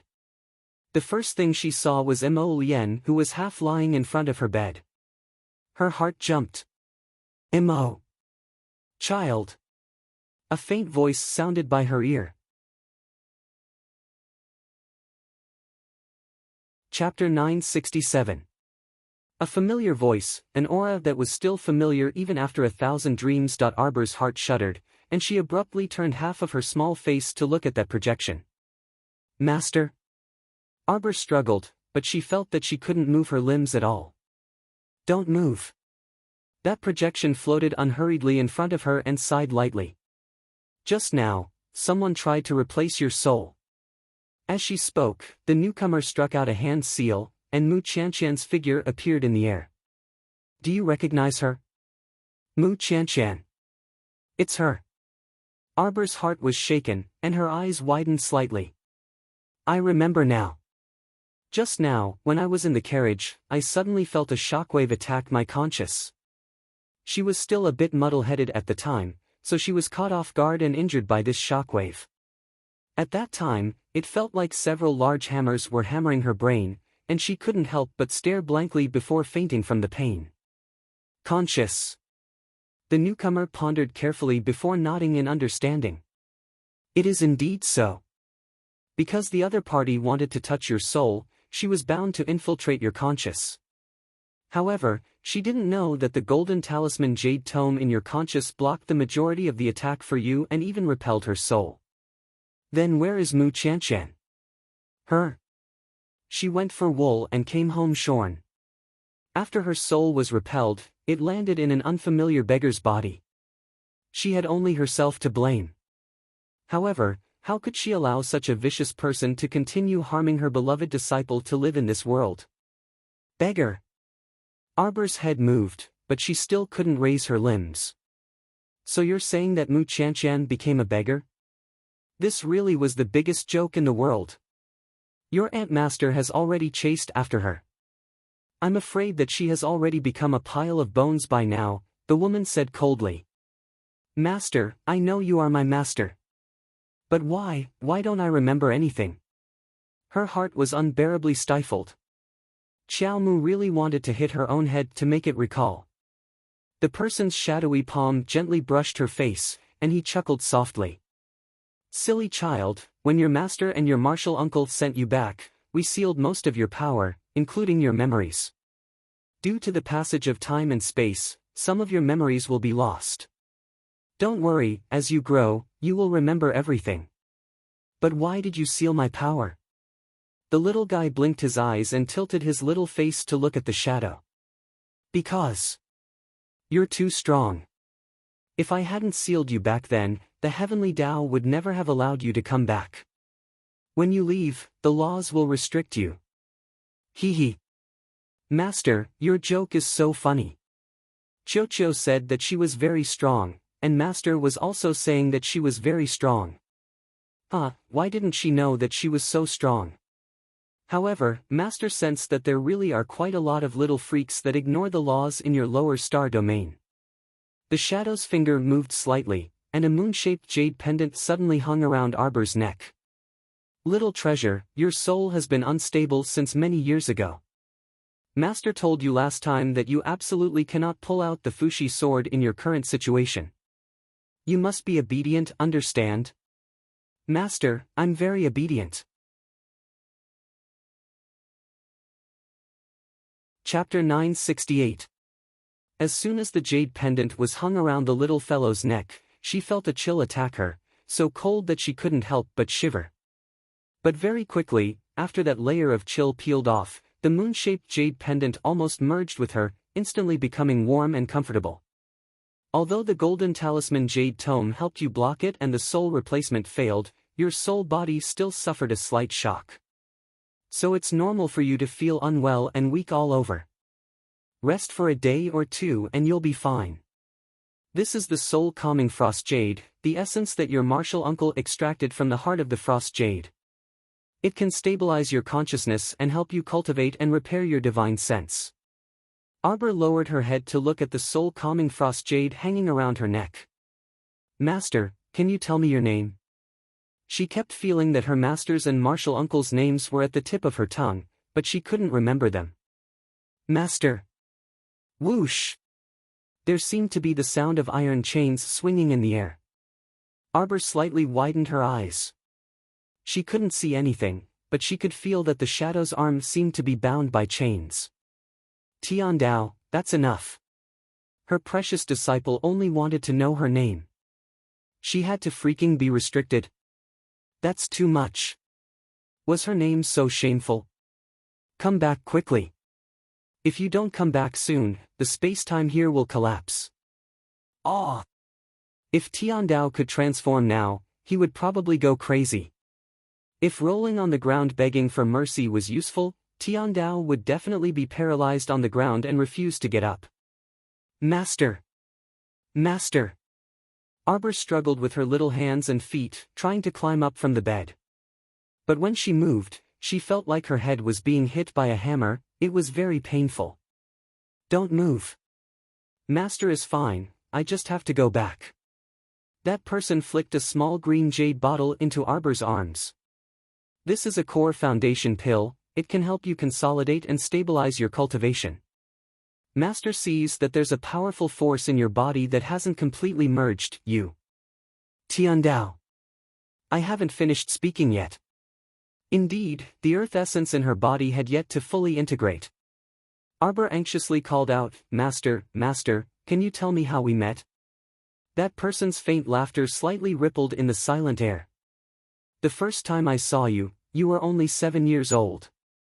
You were surrounded by countless strong enemies, holding the Fushi sword in your hand. Yes, you were killing people. Tian Dao shrieked in a crisp voice, how could you reveal so much about the past to her?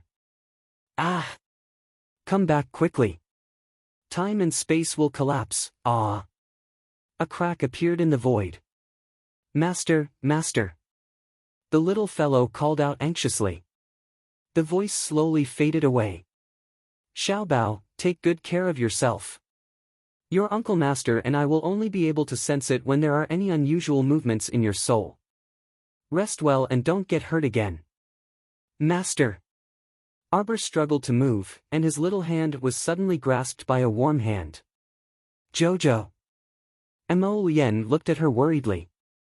Did you have a nightmare again? Arbor looked at him in a daze, and called out somewhat pitifully, Mo Lien, I can't move. This feeling of not being able to control her limbs and being unable to move at all was really terrible. This would make her think of those unbearable past for no reason. Chapter 969. Mo Lien hastily picked her up and patted her back comfortingly. It's fine, it's fine. How do you feel now? Headache. I can't move my entire body except for my neck. The more Arbor spoke, the more she felt that she was rather pitiful. It was all that Mu Qianqian's fault. Why did she have to replace her soul without any rhyme or reason? Mo Lien hugged her with heartache. He circled her limp body and said softly, your conscience seems to have been damaged by an external force for no reason. Just now, I used medicinal power. You used medicinal power to help me? Xiao Mu lifted her head and stared intently at his fatigued face. Did you overuse the medicinal power? No, I know what I'm doing. Mo Lien comforted her. Jojo, do you know what happened? Arbor nodded. It's Mu Qianqian. She. When she thought up to this point, a thought suddenly flashed through Arbor's mind. She probably used a type of forbidden curse to force my soul out of my body and take over my body. What? Mo Lien was shocked. My master told me. Arbor didn't hide it from him. My master came by just now. Your master? Mo Lien abruptly recalled that he seemed to have sensed a powerful aura flowing inside the room. However, when he turned around to look, he only saw a black fog-like projection before he was knocked unconscious by someone. Just how powerful was Jojo's master? Arbor nodded and said anxiously, Mo Lien, look at my neck. There's a moon-shaped jade pendant. Take it off and see if there's anything engraved on it. Mo Lien nodded. Just as he reached out to touch that moon-shaped jade pendant, his fingers shrank back from the chill seeping into his body. What's wrong? Arbor could feel his body tense up. Extremely cold. Mo Lien's hand slowly lit up with a cluster of red flames. She used it to envelop the jade pendant, and only then did she take it. Are there any words on it? Arbor's eyes lit up. There's a name. Mo Lien flipped the moon-shaped jade pendant over, revealing a few small characters on the back. Dark Phoenix. Against the heavens. Arbor seemed to have been hit by something. He was stunned for a moment, and then he shouted excitedly, yes, yes.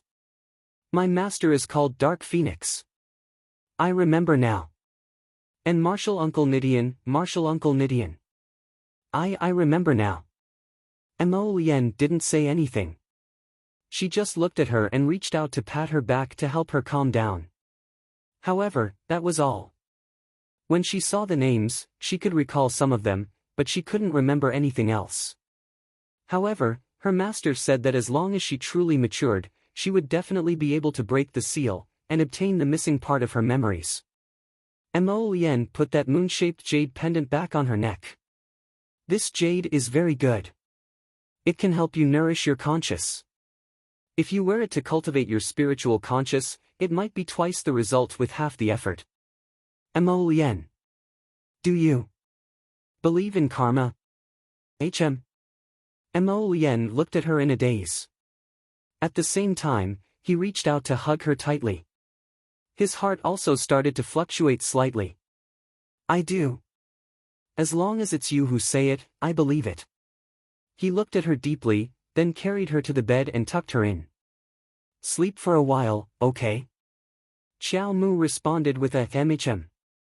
She indeed felt exhausted, a kind of mental exhaustion. Chapter 970.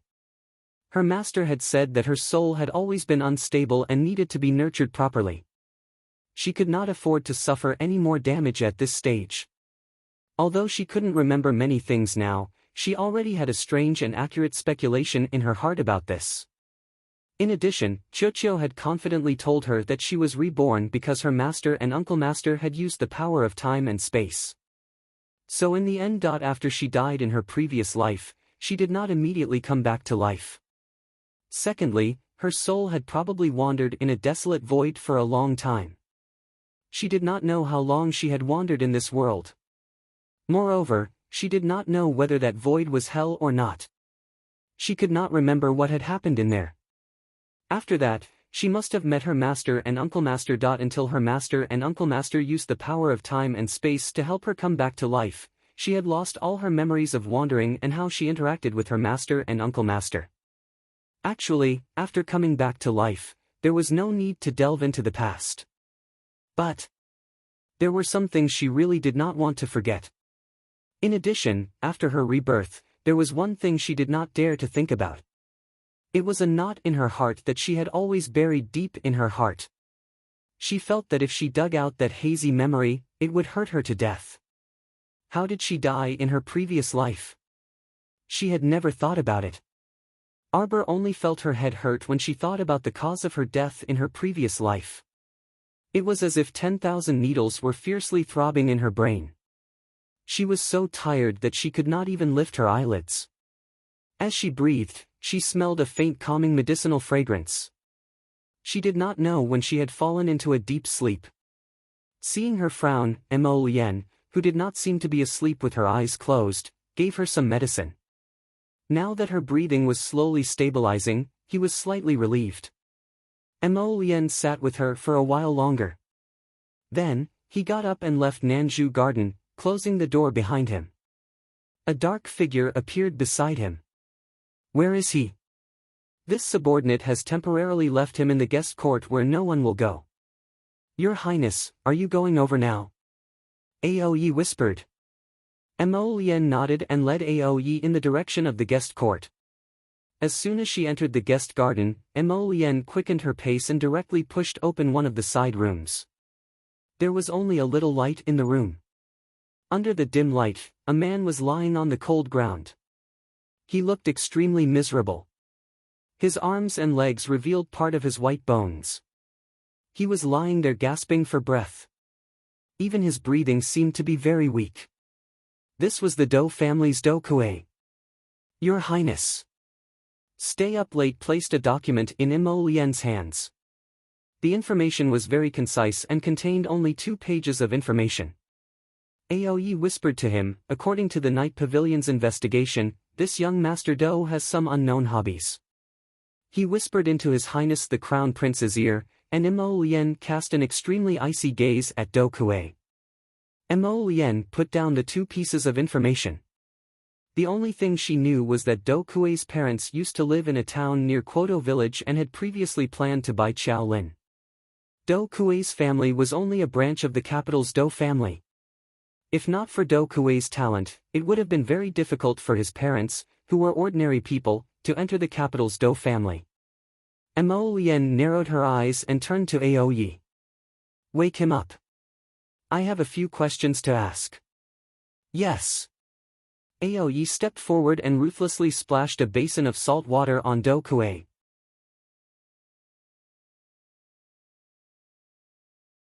Chapter 971. Do Kuei's eyes widened in shock, and his entire body trembled. Do you still remember Chao Lin, the Crown Princess' younger sister? The Crown Prince asked mildly. Tell me, why did you want to buy the Crown Princess' younger sister back then? How could Do Kuei remember something from so many years ago when the Crown Prince asked? Moreover, he was in a terrible state right now. His breathing was intermittent, as if he would stop breathing at any moment. A cold glint flashed through the Crown Prince's eyes. You won't tell me? Aoe listened from the side and couldn't help but lower his head, the corners of his mouth twitching. Do Kuei might not remember something that happened 7 or 8 years ago. Then this Crown Prince will turn you into a mechanical puppet. I'll imprison your flesh and even your soul in a mechanical puppet for all eternity. You'll never be able to reincarnate. Such frightening words had obviously stirred up Do Kuei's originally listless spirit. It was definitely because he was frightened. No, don't, he hissed. His voice was clearly blocked by the Crown Prince's defensive barrier. No matter how much he screamed, he couldn't alarm the others in the Chao estate. Then are you going to tell me or not? The Crown Prince asked coldly. Your Highness, Your Highness. Do Kuei sobbed and writhed on the ground like a pitiful worm. I really don't remember, Your Highness. Your Highness. I really don't remember offending the Crown Princess. How could he dare to offend such a demon? If he really did offend her in the past, he was willing to kneel 3 times and kowtow 9 times to apologize to the Crown Princess. You don't remember? The Crown Prince's voice was faintly suppressed with anger. Then do you remember Quoto Village? I remember. Quoto Village is one of the villages near our town. The Do family was the leader of the town back then. They knew very well which villages paid more and which didn't. This Quoto village was the poorest village. His father had once nagged him about how poor this village was and how there wasn't a bit of profit. Chao Lin, the Crown Princess' younger sister. 7 or 8 years ago, your Do family wanted to buy this little girl from Quoto village to adopt. Do Kuei's eyes widened. Her? It's her. Speaking of Quoto village, he recalled that there was indeed such a matter back then.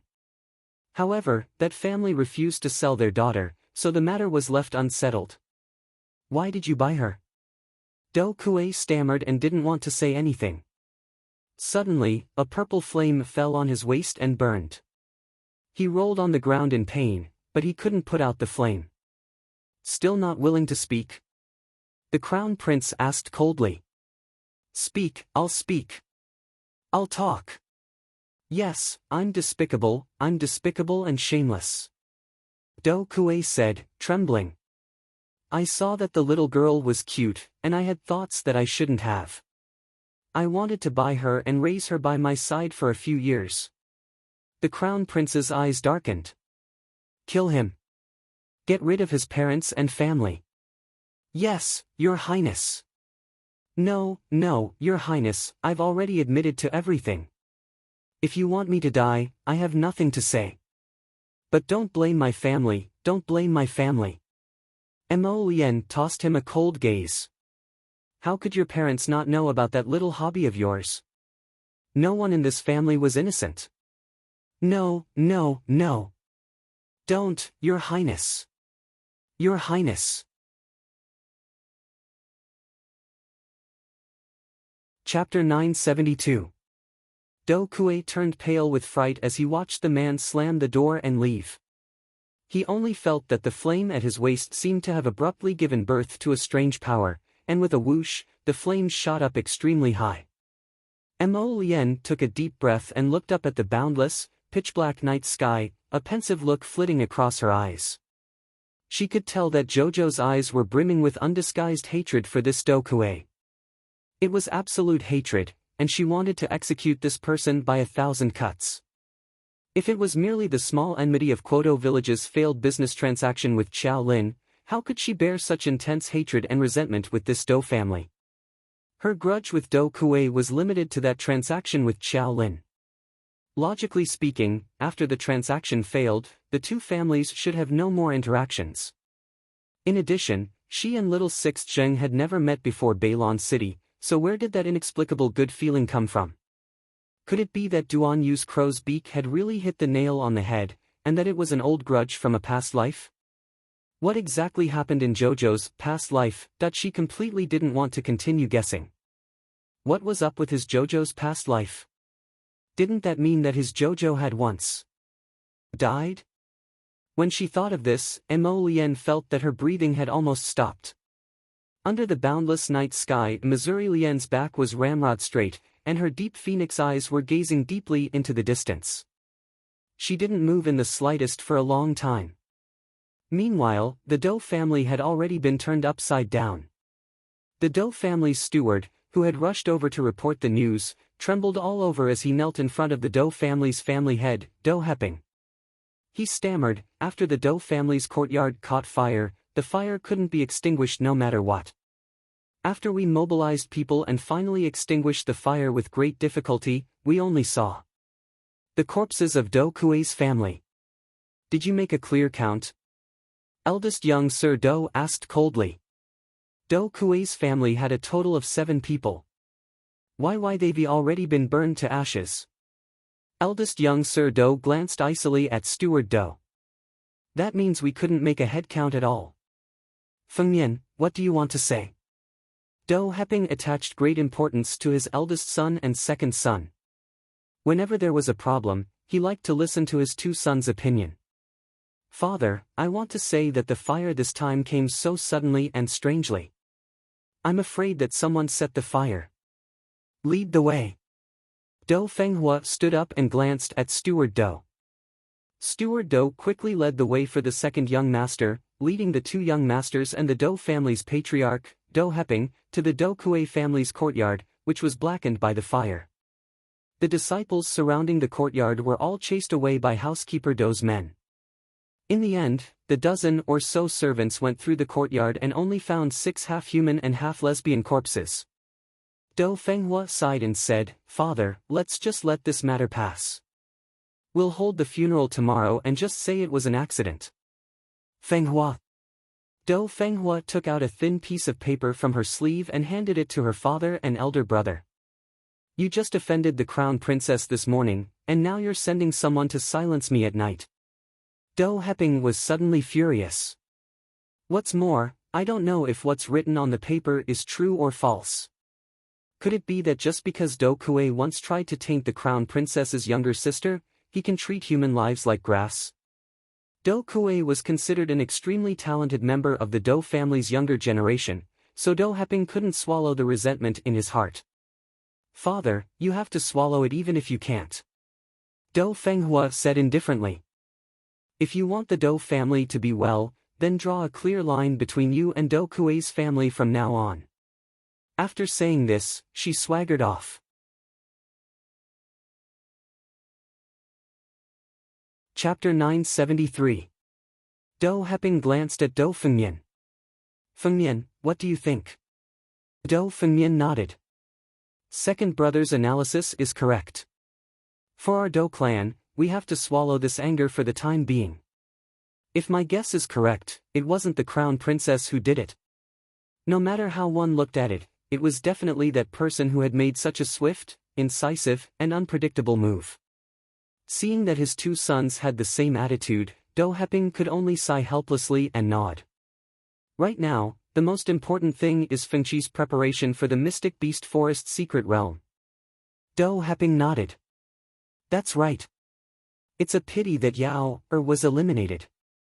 I originally thought that the 2 sisters could still travel together. Dou Fengmian said indifferently, that's not bad. Look at the Mu clan. They originally had lofty aspirations of obtaining 2 spots, but in the end, they didn't obtain a single one. The talisman patrician family's failure this time simply made them the laughingstock of the entire capital. Dou Heping revealed a faint smile when he heard this. That's right. Apart from the Wu clan, which was originally slightly weaker, this time, the Mu clan, the head of the 8 great patrician families, also joined the ranks of the losers. This was very surprising. The other 6 patrician families each had 1 person who won, so it could be considered a tie. In the Qin Estate's crane garden, young Master Omega Kotoku supported his chin with his hand and tilted his head slightly as he casually wrote and drew on a piece of paper. A delicate and pretty woman dressed in black stood silently in front of the desk with her head bowed. She wore a short jacket with arrow sleeves, and her long hair was neatly tied up tightly, revealing her high hairline. On this trip to the Mystic Beast Forest secret realm, the first thing to search for is a 10,000-year-old Xuanji core. You should already be clear. Yes. Qin Susu nodded crisply. She participated in the selection as the eldest and second young master's foster sister. In reality, she was a hidden guard that the second young master had nurtured for many years. She was very clear about her position and what she needed to do. She only needed to act according to the second young master's orders and had no other thoughts. Also, Omega Kotoku put down the brush in his hand and indifferently swept a glance over Qin Susu. You must ensure Miss Chao's safety on this trip. If necessary, you must protect her with your life. Qin Susu was stunned for a moment, then nodded, yes, subordinate obeys. Then, he carefully glanced at Omega Kotoku. Omega Kotoku asked coldly, what other questions do you have? If Miss Chiao also wishes to obtain the Xuanji core, what should I do? Qin Susu pursed her lips, a serious look on her delicate face. Omega Kotoku suddenly smiled, a trace of dark green flowing in the depths of her eyes, and there was a faint warmth between her brows. If she wants it, then give it to her. It's just a Xuanji core. Qin Susu was stunned. Wasn't second young master spoiling her too much? Then may I ask, what is the point of this subordinate risking his life for? Was it to help Miss Chiao obtain the Xuanji core? Second young master left the desk and walked out the door, leaving Qin Susu standing in front of the desk in a daze for a long time. A piece of ink paper floated down from the table and landed softly at Qin Susu's feet. Qin Susu looked down. The paper was filled with the word Chiao, written clearly and forcefully on the back of the paper. Qin Susu pursed her lips. She was only a hidden guard. She would definitely complete her master's orders, even if it meant risking her life. Omega Kotoku walked out of the room and stroked the large crane that was strolling leisurely in the garden with a deep look in his eyes.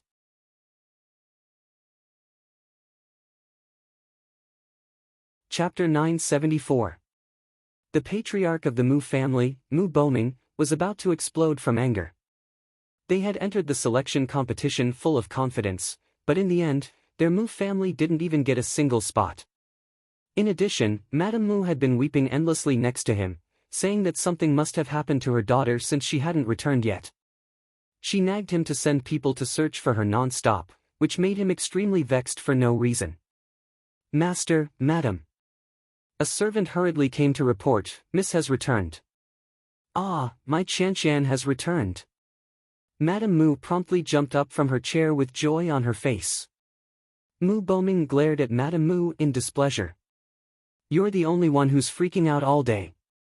What could have happened to Qianshan? She must have gone to cause trouble again. Madame Mu ignored him and walked over to welcome her daughter. However, when she saw Mu Qianshan being carried in with a ghastly pale face, she immediately cried out in alarm. Qianshan! My daughter! Madame Mu pounced over to hug her daughter and howled, who exactly caused you to become like this? Mu Boming was also slightly alarmed, and he turned around to berate that servant, what exactly happened? Master, this lowly one also doesn't know. Eldest Miss was thrown at the side door, and no one knows who sent Eldest Miss back. Qianshan, our daughter. Madame Mu bawled as she wiped her tears. Master, quickly think of a way to save our daughter. Mu Boming's expression was very unsightly, and he turned around to roar at that servant, what are you all still standing there for? Hurry and invite the capital's most famous physician to the estate to take eldest Miss's pulse. After the Mu family bustled about in a flurry of activity, Mu Boming was informed by several elderly physicians that his daughter Mu Qianshan had contracted a very rare soul loss illness and would probably never wake up again in this lifetime. Late at night, a short and small figure appeared on the wall of the outer courtyard of the Marquis of Jiyuan's estate. This person was precisely Sir Black Cat, who had quietly left after throwing Mu Chanshan's abandoned body at the entrance of the Mu family's estate. After he left with Arbor in his conceit, he found a remote place, but he couldn't wake Mu Chanshan up no matter what. She tried all kinds of methods and used everything she could think of, even using fire and stabbing, but in the end, Mu Chanshan was still as motionless as a corpse. Lord Black Cat then realized that something might have gone wrong during the soul-swapping process.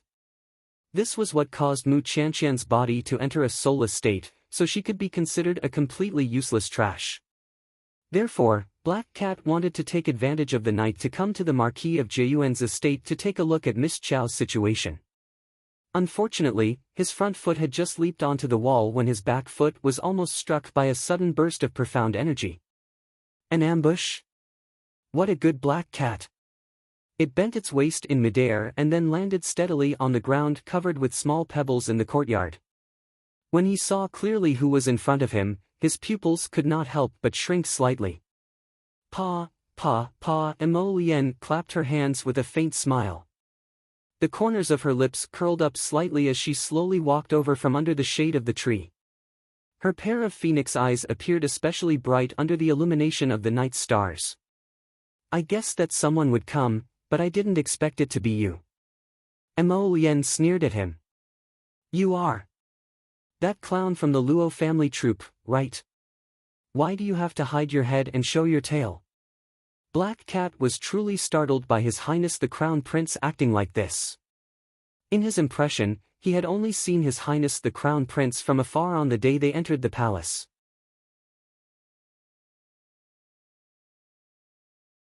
Chapter 975. After that, although he and the Luo family troupe were arranged to stay in the palace, only the concubines came to watch the opera. He had never seen the Crown Prince. In other words, the Crown Prince recognized his identity with just one glance when he entered the palace. What kind of terrifying eyesight was this? When he entered the palace, he was a short clown hiding in the crowd. He was inconspicuous. Even so, the Crown Prince's eyesight was so accurate. Lord Black Cat's pupils constricted again, and he stepped back. The Crown Prince's lips curled into a cold smile. Suddenly, Lord Black Cat moved. He threw out a shining talisman in each hand. This was the most basic offensive talisman in the forbidden talisman arts. It drew on the yin energy between heaven and earth. Once it entered a person's body, it could cause extensive damage. Lord Black Cat was using a mid-level shining talisman. If Arbor was here, he could use a high-level defensive talisman to block it. Yet at this time, Emolien didn't even look at Black Cat. Purple flames ignited in his hand, and he directly burned the two mystic yin talismans. Yin energy could not withstand fire spirits. Moreover, Emolien's purple flame spirit was a 9th-level spiritual fire. It could ignore all other fire spirits except for the holy flame. The two Xian Yin talismans struggled to break free from the raging fire, and then were burned to ashes. Lord Black Cat's pupils constricted, and he immediately turned to flee. However, as soon as he moved, countless arrows shot at him from the top of the wall, causing him to fly back. Stay Up Late waved his hand, and a row of people stood up from the wall. They were all waiting for Lord Black Cat. A talisman master, Emolien said calmly. Tell me, how should I deal with you? Damn it! Lord Black Cat gritted his teeth, and suddenly threw out a dozen shining talismans from his sleeves. He charged at Stay Up Late and the others. Disperse, Emolien said coldly. Stay Up Late and the others were not stupid. Seeing so many talismans coming at them, they quickly jumped down from the wall. Bam, bam, bam. The talismans cracked in the air, and a cold aura came at them.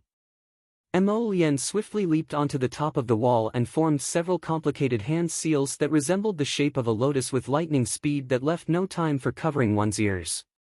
A few black lotuses suddenly appeared, and were thrown in front of Lord Black Cat. Lord Black Cat growled, and quickly retreated. He covered his face with his sleeves, and his body was full of energy for defense. Suddenly, boom! Boom! A burst of explosive sounds rang out, and the wall was directly torn into pieces by this force. Lord Black Cat's broken body, along with the wall, fell heavily to the ground. Cough, cough, cough. Black Cat coughed out a few mouthfuls of blood in horror. It turned its head in disbelief to look at the tall and slender figure of the Crown Prince, who remained silent. How? His Highness the Crown Prince had defeated him in one move. He could be considered one of the top charm masters, but when he met His Highness the Crown Prince, he didn't even have the slightest ability to fight back. How could youngsters nowadays be so terrifying? How could he endure this? Cough, cough. Lord Black Cat could not stop coughing. Mo Lien gave a look, and stay up late and the others immediately jumped forward. They lifted Lord Black Cat from the ground, and forced him to kneel in front of him. You look a bit familiar to me. Mo Lien remarked dryly.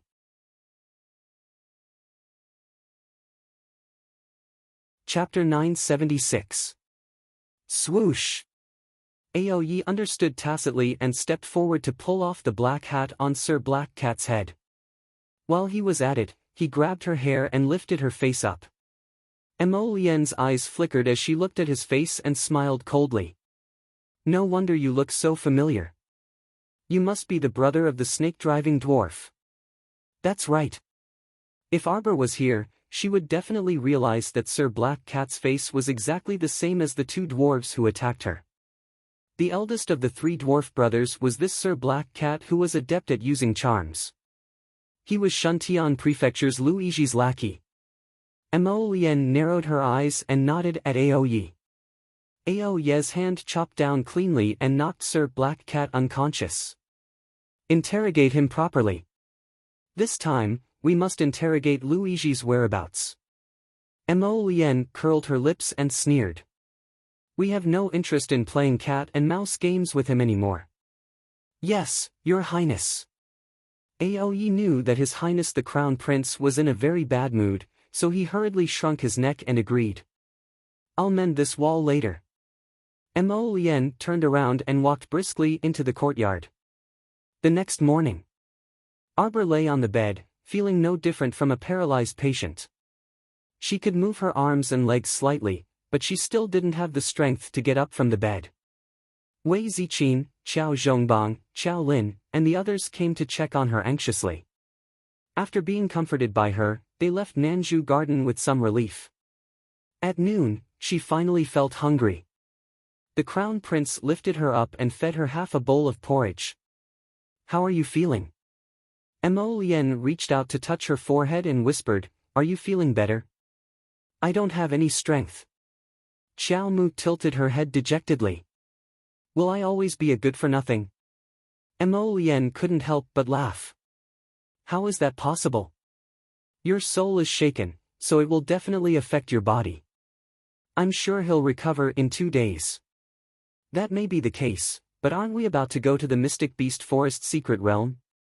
It's still early. We still have 10 days. It won't be too late to go there then. Speaking of this, Mo Lien couldn't help but glance at her worriedly.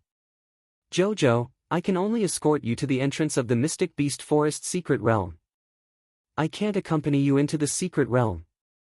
Of course. Arbor said with a nod. Qiao Dongbua had previously said that if anyone above the age of 20 tried to force their way into the Mystic Beast Forest secret realm, they would be mercilessly exterminated at the entrance. Therefore, this arcane realm had an age limit. Although she didn't know how it determined this, she certainly didn't want Mo Lien to take the risk. Then I won't be able to see you for a month, Mo Lien said unhappily. The Mystic Realm could only be opened once every 10 years. Each time it opened, it would be open for a month. Within a month, the Mystic Realm would not open again. Of course, if one couldn't leave the Mystic Realm after a month, then there was a possibility that they would stay there forever. You must remember to come out once the 1-month deadline is up. You mustn't be greedy and act rashly, got it? Mo Lien suddenly thought of this and hastily said to her. Don't worry, I'm not stupid. Arbor puffed up her cheeks, thinking that she was just going in to take a look.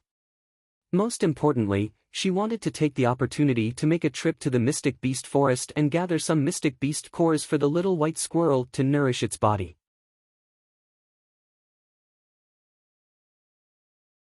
Chapter 977. Previously, Emolien had morning sunlight pavilion's people gather a batch of Mystic Beast cores and feed them to the little white squirrel. Sure enough, it was greatly beneficial to its body. At this time, the little fat squirrel was a lot fatter than before, and its big tail was also longer.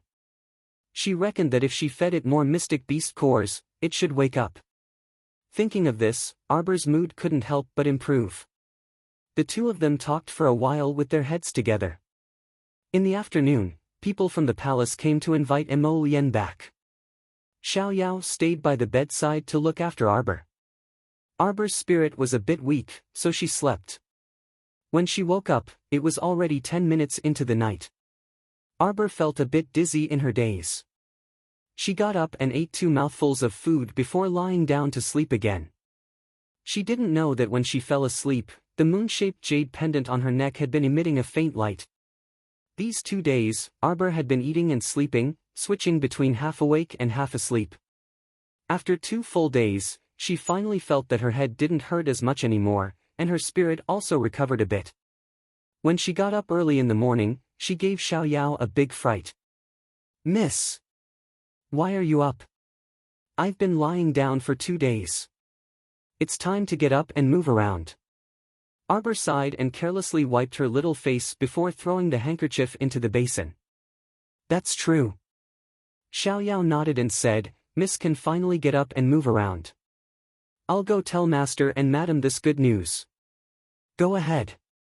Arbor nodded. "Oh, have someone prepare the carriage. I want to go out and take a breather." She was almost bored to death at home. Now that she was in the carriage, she specially had Xiaoyao hang up the windows and curtains a bit so that she could breathe in the cold wind outside. "Miss, it's cold outside today. Will you catch a cold?" Xiaoyao nervously draped a fur coat over her. Arbor could not help but laugh. She knew her own body better than anyone else. There was no problem at all. It was just that her soul had been touched and she was mentally exhausted. However, after a day or 2 of repairs, it would probably be completely healed. These 2 days, our Guanlon city hasn't been peaceful. Xiaoyao pursed her lips. Rats and ants can be seen everywhere on the streets, and they're all very big. They all said that there was a problem with the Nimpan Tower of the Honghai Temple. I don't know who started this rumor, but it said that a demon has appeared and a calamity has descended from the heavens. These days, His Highness the Crown Prince has been busy dealing with the rumors in Jingdo. Xiaoyao turned her head and looked at Arbor with a smile. "Are you going to the palace to see His Highness?" Arbor was startled and then shook his head indifferently. "I just wanted to come out and take a breather." "Oh." It was only then that Xiaoyao clearly saw a hint of disgust flash past the Crown Prince Consort's eyes. This was disgust for the palace. Sigh. Xiaoyao let out a long sigh. It seemed that after the Lantern Festival incident, it would be difficult to make the Crown Princess willingly enter the palace. "Right, that Taoist priest Dayu?" Arbor asked with a frown, "Did you find him?" She felt that this person was a bit strange, as if he harbored great enmity towards her. However, she did not know him at all. "We've searched the entire city, but we couldn't find him. I'm afraid he escaped." Peony frowned as well. His Highness the Crown Prince had sent many people to investigate.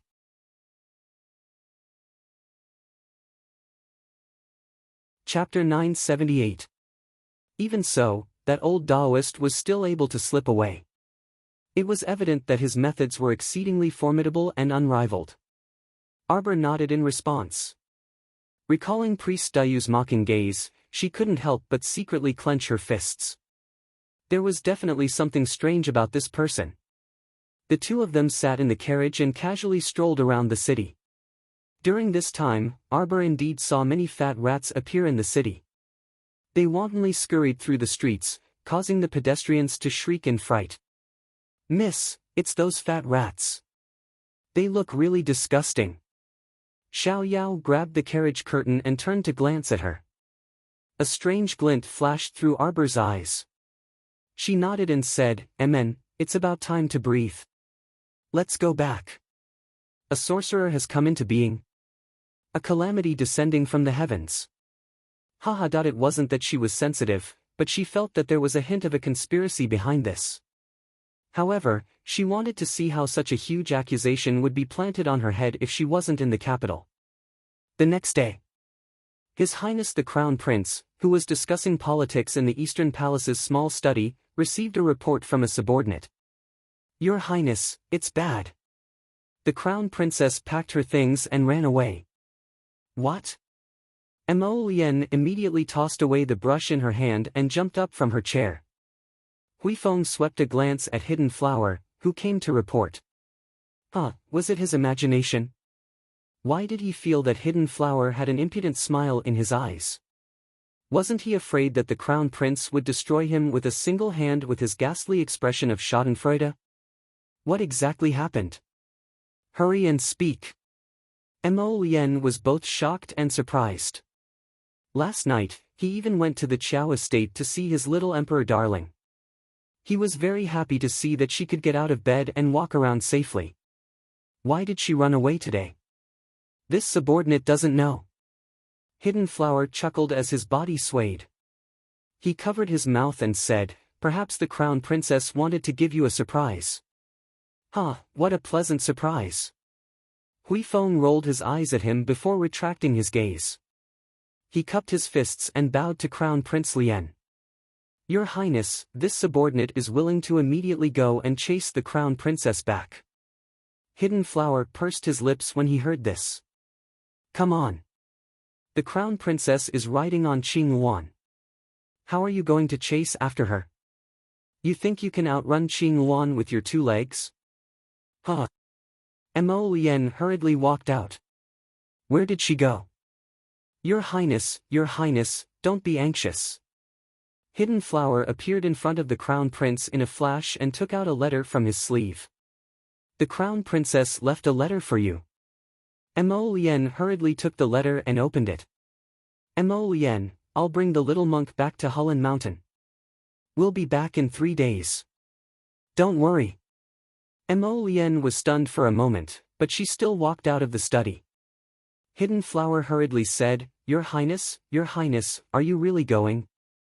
The Crown Princess said that you've been busy with government affairs and asked you to focus on them. Who would be in the mood to deal with political affairs? His wife had run away. What the hell was he supposed to deal with? As he spoke, Gong Chang and ran over in small steps, panting as he shouted, Your Highness, the great king has summoned you. Her Majesty the Empress Dowager and the 12th Prince have returned. Your Highness, don't worry. Lightning and the others have already followed the Crown Princess. Even though they might not be able to catch up. At this moment, our dear Xiaomu, who had packed her bags and ran away, had already flown to Quoto village on Qingwan. In his arms, he was also hugging the bald little monk, Kong Kong. Benefactress, where are we going?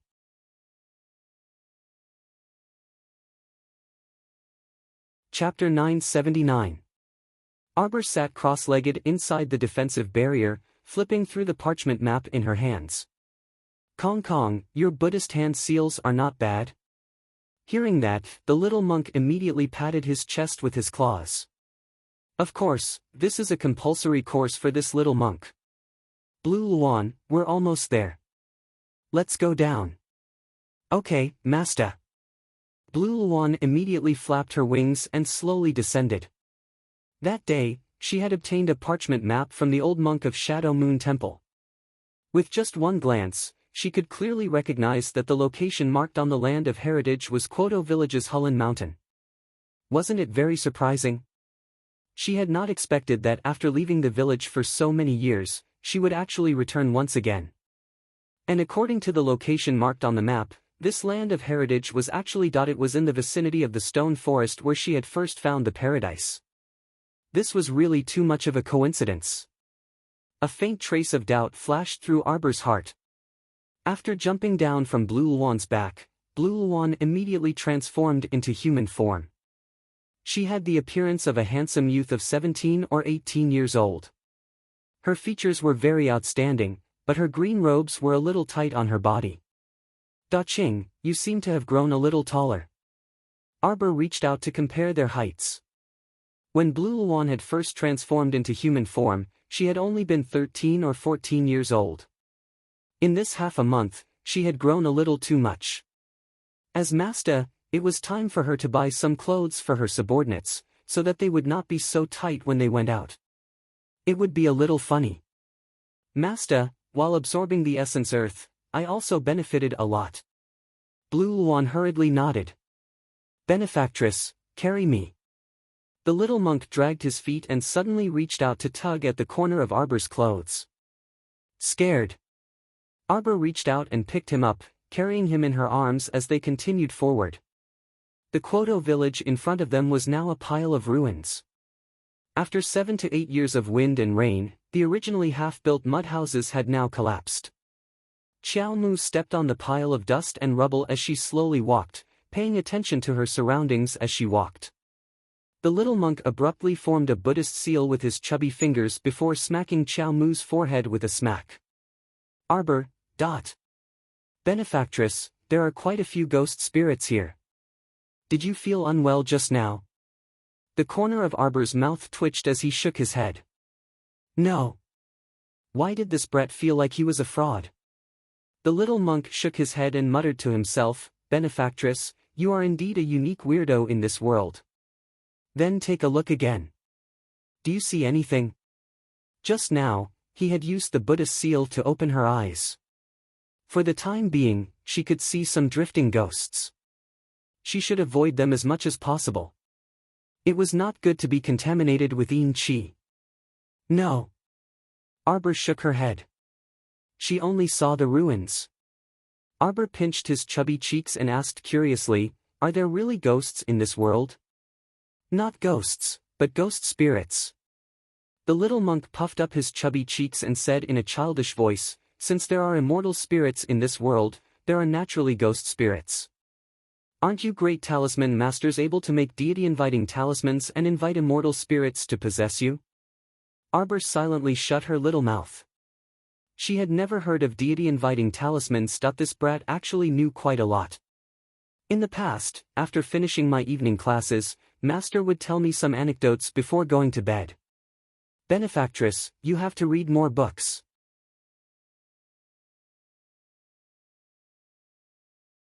Chapter 980.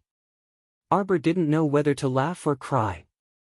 Was she being looked down on by a little ghost? What else did Great Master Kongyin say? Master said that ghost spirits are the convergence of resentment and are born with the power of evil. Oh, there was once a talisman master who wantonly killed villagers and deliberately created ghost spirits to practice a forbidden technique called the Dark Yin Talisman. Arbor nodded in understanding. I understand. I haven't learned the God-inviting talisman yet. Then it's no wonder you're ignorant and inexperienced. The little monk sighed, pretending to be an old man. Arbor's mouth twitched. She raised a hand and rubbed his little bald head. Speak properly, don't be so sarcastic. Benefactress, you really can't see the ghost spirits? The little monk casually pointed in front of them. I can't see them. It was quite strange that Arbor couldn't see the ghost spirits. After all, the little monk had opened his eyes for her. These ghost spirits probably didn't look too beautiful, so it didn't matter whether she could see them or not. As the two spoke, they heard rustling sounds coming from the ruins in front of them. Suddenly, an ugly one-legged, one-armed corpse hag jumped out. Its skin and flesh had rotted away, making it look like a moving skeleton. Wah! The little monk reflexively reached out and wrapped his arms tightly around Arbor's neck. In the next moment, Arbor raised her arm and shot a crow-gold arrow at the skeletal corpse puppet, sending it flying and landing heavily on the ground. She had naturally killed it with a headshot. That corpse puppet definitely wouldn't be able to get up again. Arbor put down her crow-repeating crossbow and stared at the corpse puppet in a daze. After so many years, she couldn't recognize who this person was at all. Or perhaps, even if she recognized him, she would still shoot him to death. Arbor pursed her lips and didn't say anything else. She observed her surroundings again. Seeing that there were no other strange movements, she stepped forward. After so many years, the villagers of the nearby Wei family village, which was close to Quoto village, had probably either died or fled.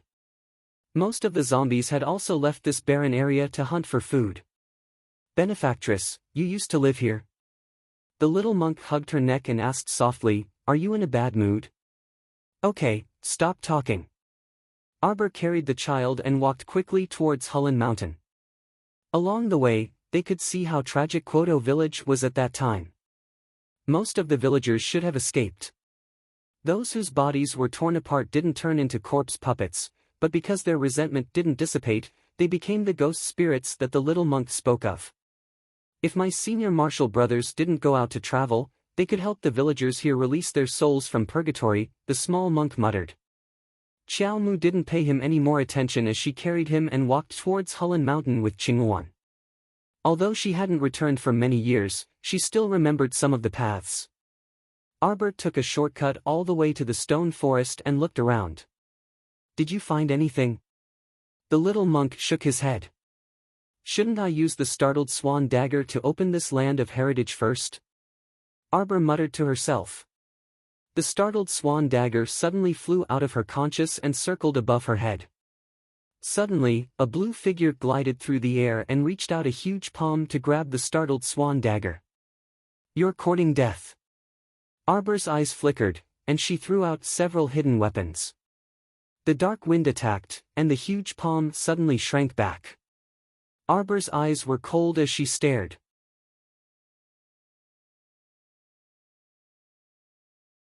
Chapter 981. "It's you." Arbor looked at the old Taoist in Cyan and sneered. Actually, the Taoist priest in front of her was only about 40 years old, but he gave off an aged aura. Arbor was very clear that this Taoist priest's actual age was definitely not as young as he looked at this moment. He might even be close to 100 years old. Moreover, she had previously fought with this person in the palace, so she was very clear about his strength. She didn't expect that the stinky Taoist priest that she couldn't find in the city would actually appear in Quoto village. Although Arbor was baffled, she reacted extremely quickly. Without waiting for the old Taoist priest to retreat, she took advantage of him, the ferrule in her hand gliding with an ink-colored light, heading straight for the old Taoist priest's neck. A line of fire suddenly shot toward the old Taoist priest. Qinghuan raised her sword and sent out an icy wind, stabbing over as well. However, it was blocked halfway by an eagle-faced ferocious beast. The eagle-faced ferocious beast was very ugly. It was born with 2 pairs of wings, one long and one short. The short pair of wings were like crippled wings that hadn't fully developed, and they were very ugly when curled up in front of its chest. When Qinghuan saw this eagle-faced ferocious beast, she didn't even blink as she directly drew out several ice blades and attacked the eagle-faced ferocious beast. At the same time, the startled swan dagger suspended in midair flashed in the air and suddenly released a dazzling light. In front of it, in the originally empty broken stone forest, 4 sealed transparent barriers suddenly appeared. The little monk hurriedly rushed forward and struck out 4 to 5 seals around the barriers. Then, he turned his head and blasted out a flame attack while calling out cutely, "Benefactress, quickly come in." In order to dodge the flame attack, the old Taoist priest twisted his body slightly and dodged. Arbor took this opportunity to quickly rush into the transparent barrier. How could the old Taoist priest let her escape? A huge jet-black claw darted out of his chest and grabbed at Arbor's shoulder. Slap! In a moment of desperation, Arbor pulled out a green vine and whipped it directly at that huge claw. The old Taoist priest was caught off guard and just happened to be hit. His claw retracted in pain, and Arbor took the opportunity to run forward a few steps, heading straight for the transparent barrier. "Where do you think you're going?" The old Taoist snorted angrily and sneered, "I really underestimated you." He had a lot of secrets. Not only could he draw high-level summoning talismans, but he also had the power of the wood spirit. Hee hee. Watch this old man catch you. Boom! The entire mountain trembled violently 3 times in a terrifying tremor. Even the damned old Taoist, who was still chattering, was thrown back 3 or 4 steps by this huge shock. He spat out a mouthful of blood. "Damned girl!" the old Taoist shouted angrily. When he caught this cunning girl, he would definitely dismember her body to vent the hatred in his heart. What Arbor tossed out was none other than the core-ravaging thunder that Duan Yu gave him. It was enough to give the old geezer a hard time. Seeing him quickly retreat, if he didn't leave now, when would he? Arbor immediately drilled into the transparent barrier. Qing Luan also got rid of the eagle-faced beast's entanglement and rushed into the transparent barrier. The little monk immediately formed several Buddhist hand seals and sealed the passage. The 3 people's figures instantly disappeared inside. The old Taoist priest wiped the blood from the corner of his mouth and fiercely turned his head. He watched helplessly as the 3 people fled like rabbits. He immediately roared angrily at the sky, "Arbor! This damn girl, let's see where she can escape to." He didn't expect that the damn girl would grow to this extent after being left alone. It was simply abominable.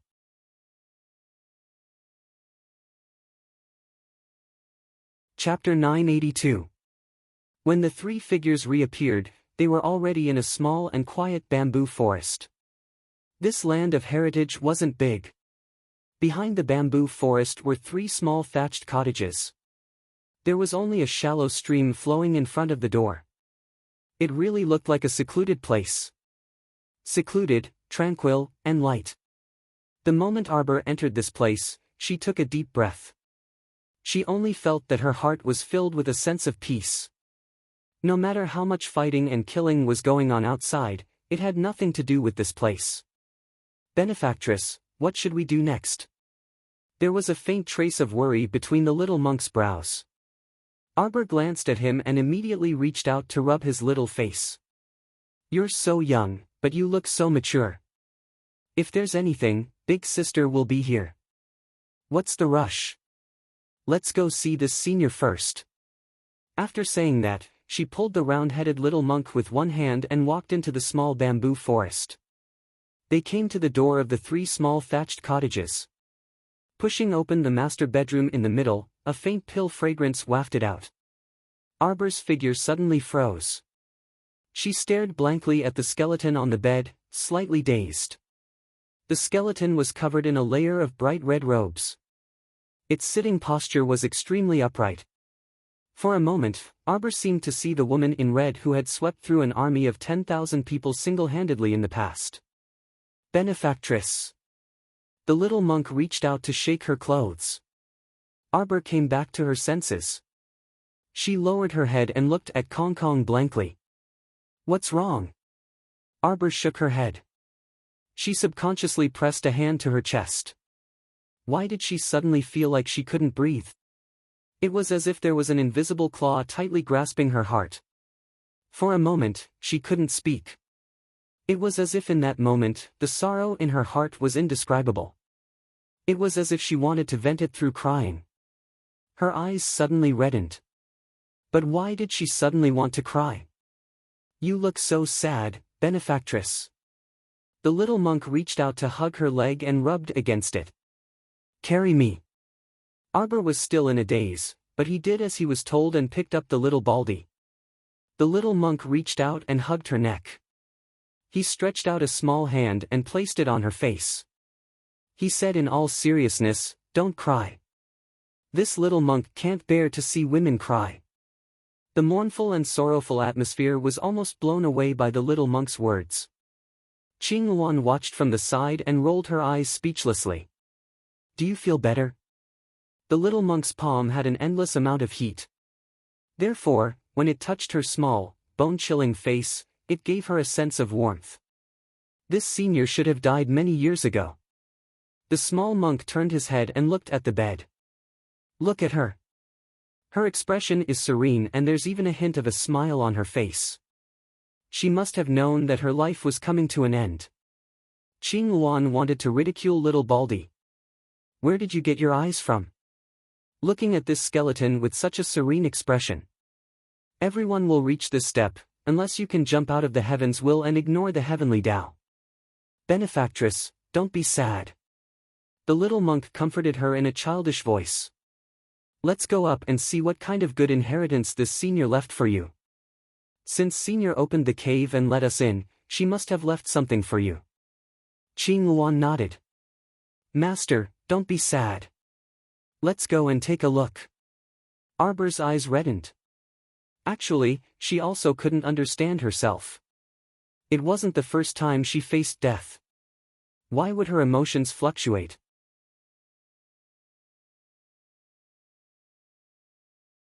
Chapter 983. Indeed, after so many years, hadn't she already seen too much life and death?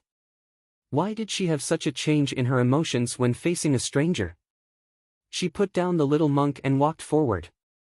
She picked up a yellowed letter placed beside the skeleton and opened it. Arbor read it line by line. My disciple, Master doesn't know your name, so I'll call you this for now. You being able to step into this secret inheritance realm is a fortuitous opportunity. It's the fate of Master and disciple that we have. If you want to inherit my mantle, kneel down and kowtow 3 times to Master. Arbor immediately put down the letter and knelt in front of the skeleton. Her eyes reddened slightly as she lowered her head and kowtowed 3 times to this senior extremely respectfully. She then picked up the letter and continued reading. Master's name is Long Chuyun. I'm an experienced pill refiner. You don't need to know who I am. Take away the space ring on Master's left hand. Inside is the inheritance that Master left for you. In addition, in the pill room on the left, there are pills that Master has refined for many years. In the grass hut on the right, there are medicinal herbs that Master has nurtured for many years. Take all of them. Master doesn't have any more requests for you. Master only hopes that you can treat merfolk well on account of our relationship as master and disciple. The letter stopped here. As expected, Master didn't have any requests for her. Master only hoped that she could treat merfolk well when she encountered them in the future. But this wasn't a request at all. Arbor only felt stuffy. There were too many doubts and things that he wanted to know.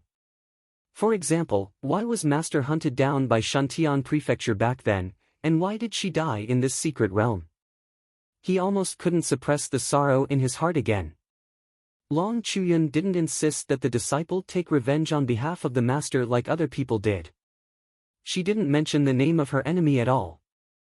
She didn't even mention Shantian Prefecture. When she took off the lustrous white ring on Long Chuyun's skeleton and held it in her hand, she seemed to be able to feel a faint energy fluctuation. Space rings basically couldn't be seen in the lower star domain. Everyone knew that mystic cultivators had inner worlds, but it was another matter whether they could open one or not. Other than that, if he wanted to store things conveniently, he could only rely on the storage cabinets created by artificers. Storage cabinets were placed in various large cities to facilitate the storage of items. Naturally, a certain amount of profound stones was required as storage fees. Moreover, a small storage space usually required a lot of magnetite. Therefore, people who weren't especially rich wouldn't do something so extravagant. Don't even think about those villages and towns, they don't even have lockers. Therefore, this storage cabinet was expensive and inconvenient to use. As for the storage talismans made by Arbor, they were hard to come by even on the black market. Naturally, he wouldn't even think about it. A spatial ring was something that most people in the lower star domain had never heard of. It could be seen that her teacher's identity was very special. Unfortunately, she didn't say anything, so Arbor could only put away Long Chuyun's letter in confusion. He got up and walked to the grass hut next to him. Her master had said that he had left something for her in the 2 thatched cottages. Arbor sighed softly, feeling suffocated. Why won't the teacher tell us who her enemy is? Senior Long is a person of great wisdom, the little monk muttered to himself. Xiao Mu blinked, and a dark glint flashed through her eyes.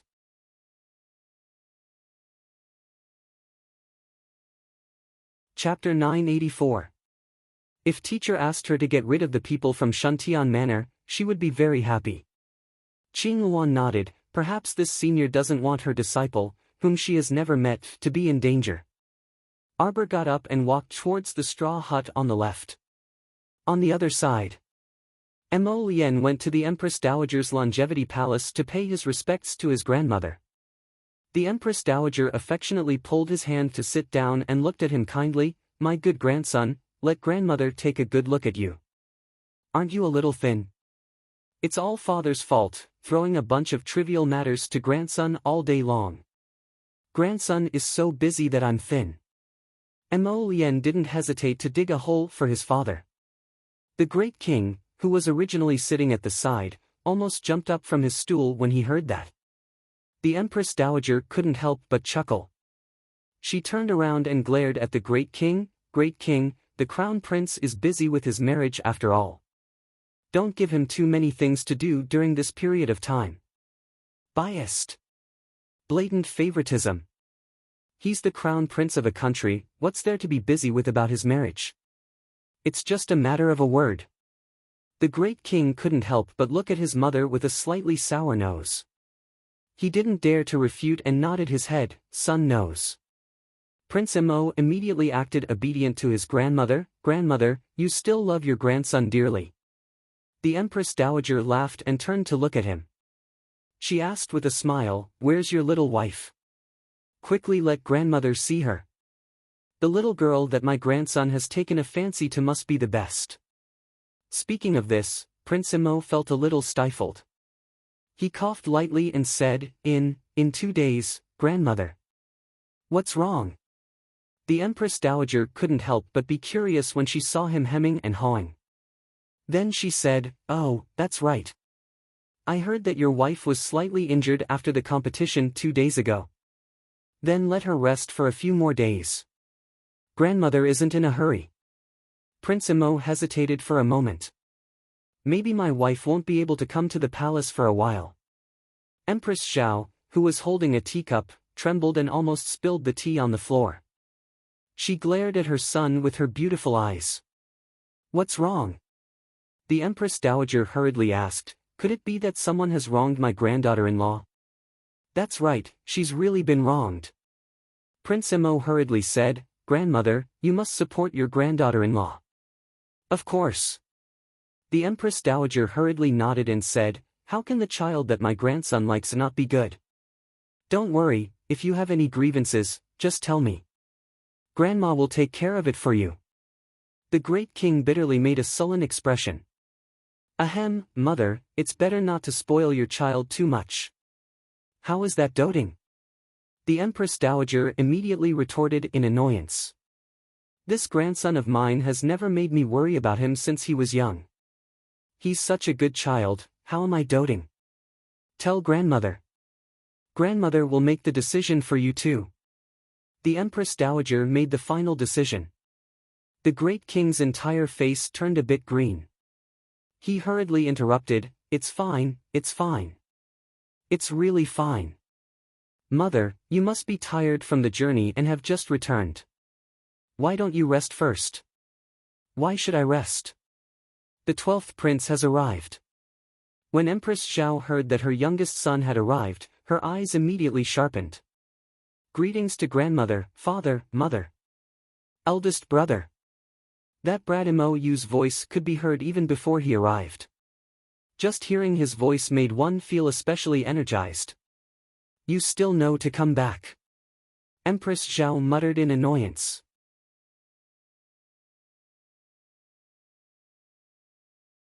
Chapter 985. The youth's black hair was buried under a small jade crown, and he was dressed in a light-colored, narrow-sleeved riding suit with a purple gold belt. His figure was outstanding, and he was handsome and straight. When he walked quickly through the door, there was a faint smile on his lips, and his eyes seemed to be sparkling and dazzling, as if there were stars flowing in them. "Greetings to the 12th prince." The row of palace maids by the door bowed in greeting. Mou waved his hand and swayed to Mo Lien's side, happily shouting, "Eldest brother. The moment I entered the capital, I heard that you had engaged the crown princess. I want to see my sister-in-law. I know it's her. My peaches are finally going to be settled." This brat had been thinking about a peach for 7 to 8 years. There was no one else like him. Mo Lien's mouth twitched. Without waiting for him to speak, Empress Xiao said with a straight face, You're really becoming more and more unbecoming. Not to mention running around all day, you even went to the mountain villa to disturb your grandmother's peace. Mou hurriedly smiled and moved to his mother's side. Mother, grandmother has been praising me the whole way. If I didn't run to the mountain villa to celebrate the new year with grandmother, grandmother's new year would have been so boring. Empress Xiao glanced at him and snorted.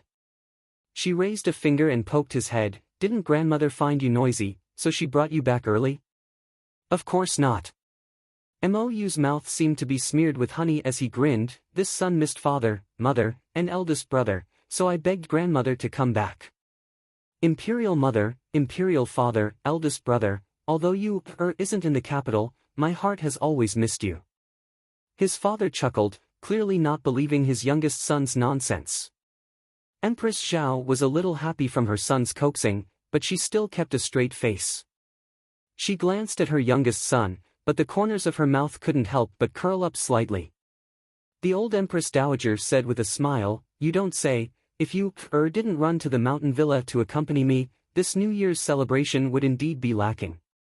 Empress Xiao said with a smile, Imperial Mother's complexion is rosy and her breath is soft, you must be recuperating well in Ziyu Mountain Villa. Not bad. The Empress Dowager smiled benevolently and nodded. Ziyu Villa is secluded from the world. Its profound energy is also rather dense. It's truly the best place for cultivation. If there is a chance, Your Majesty and Her Majesty can also choose a day to go there and take a break for a period of time. The Empress Dowager is right. The old Great King looked at his mother cautiously and asked, Mother, have you made some progress in your cultivation? You can say that I've made some small achievements. Back then, the Empress Dowager had taken up a spear and mounted a horse to conquer the world with the former king and the old vassal king of Anan, so her martial arts were naturally outstanding. She had stayed at the initial success stage of level 14 Great Mystic Cultivator for nearly 10 years. After cultivating in seclusion at Yushio Villa for half a year, the Queen Dowager finally made a small step forward and entered level 14 Phenomenal Success stage. The Great King's face lit up with joy when he heard this. Congratulations, Mother. Your cultivation has improved again. Congratulations, Empress Dowager. At the Empress Dowager's level of cultivation, she had long been indifferent to these things. She smiled and waved her hand. Let's not talk about these things. She turned to look at Imo Lien. Today, as soon as Ijia and you entered the capital, Ijia heard rumors spreading from all directions. Nimpan Tower is our Mo Kingdom's guardian pagoda. What do they mean by a sorcerer has appeared recently, so the world is bound to suffer a calamity?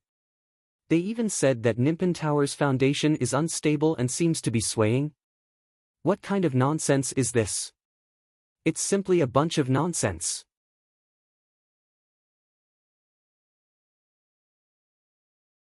Chapter 986. Grandmother, don't worry.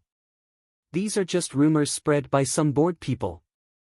Grandson will deal with it properly. Yes, yes.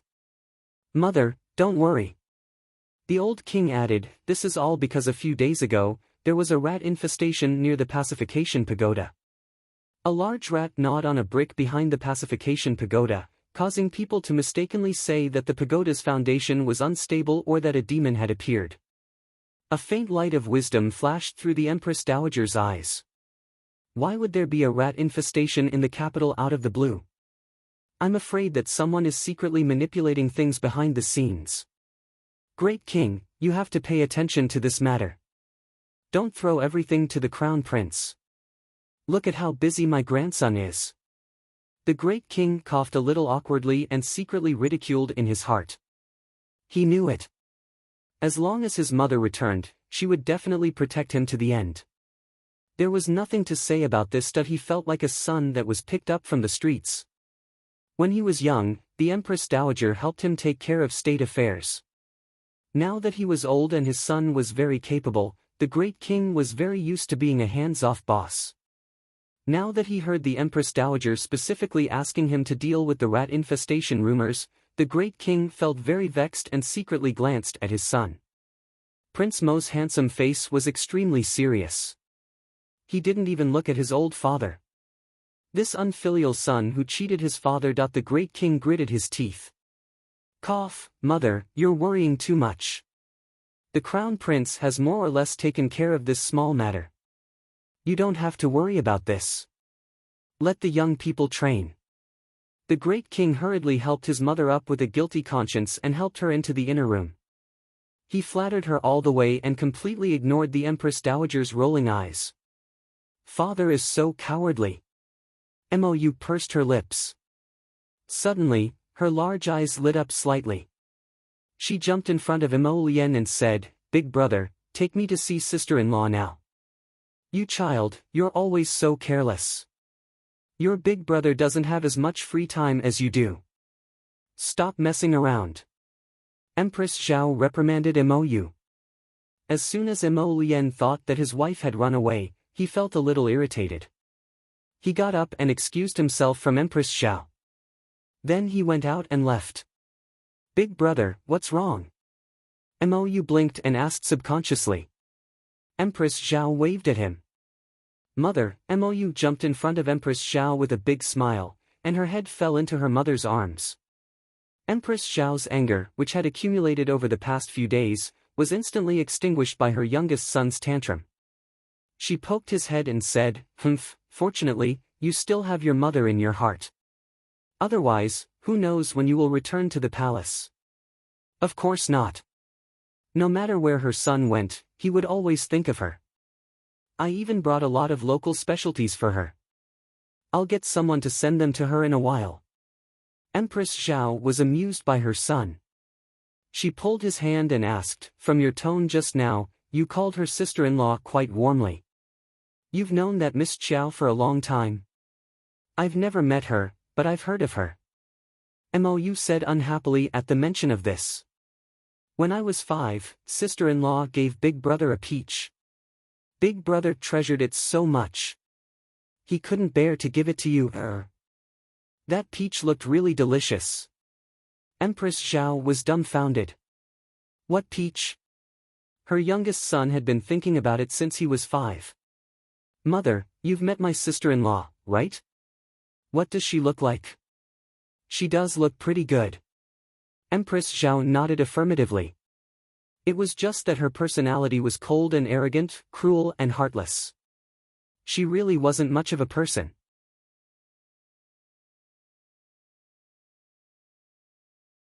Chapter 987. The little girl whom Empress Zhao had called a good-for-nothing was currently in the land of inheritance opened by the startled swan dagger, studying the elixir inheritance left behind by her master, Long Chuyan. There were a large number of spirit stones and an inheritance jade slip in the space ring. After the inheritance jade slip was absorbed into Arbor's conscious, it passed on the inheritance carved on the jade slip to her, just like the golden talisman jade tome. For the past 2 days, Arbor had been quietly studying the elixir refinement techniques left behind by her master in the land of inheritance. The knowledge about elixirs that Long Chuyun had sorted out was very systematic and comprehensive, starting from the basics to the basics and easy to understand. Qiuqiu had said that she had memorized countless medical classics and the holy scroll of 10,000 poisons, but many of the knowledge points were not connected with the elixir prescriptions and medicine here. For example, the name of the medicinal herbs. She remembered one name in her mind, but in reality, it could be called by another name here. In this way, it was a little confusing. Previously, she was not too sure, but now that she thought about it, the reason why she had such a complex and terrifying foundation in medicine was probably because she had learned from her master when she was in soul form. She had probably learned a lot when she was in soul form. The golden talisman jade tome might also have something to do with it. Now that she had inherited Master Long Chuyun's elixir inheritance, she could compare the two and make a judgment if she had any questions. It would be convenient for her to cultivate medicinal herbs and make elixirs in the future. Although she could make an accurate judgment based on the characteristics, shape, size, and so on of the medicinal herbs, the names of the herbs here were different. After all, the names of the medicinal herbs here were different from what she had learned in the past. It was indeed a little troublesome to apply them. After Arbor had carefully sorted out Long Chuyun's inheritance and compared 80 to 90% of it, she put it aside for the time being. She had promised Mo Lien that she would return within 3 days. If she returned late, that person would probably be anxious. She went to the elixir room on the left and looked at the rows of elixir bottles on the shelves. She casually opened a bottle and sniffed it. 100 treasures elixir. Arbor's expression changed slightly. This was a type of elixir that could regulate the body's qi and blood. It was hard to get even with money. Ordinary people could extend their lives if they took it. Life-prolonging elixir. Level 12 Mystic Breakthrough Pill. Arbor muttered to himself as he tidied up the small medicine bottles on the shelf. His intuition told him that this Master Long Chuyun was definitely a nouveau riche. The little monk followed beside her and asked cutely, "Benefactress, are we going to leave after you're done packing up?" "Yes."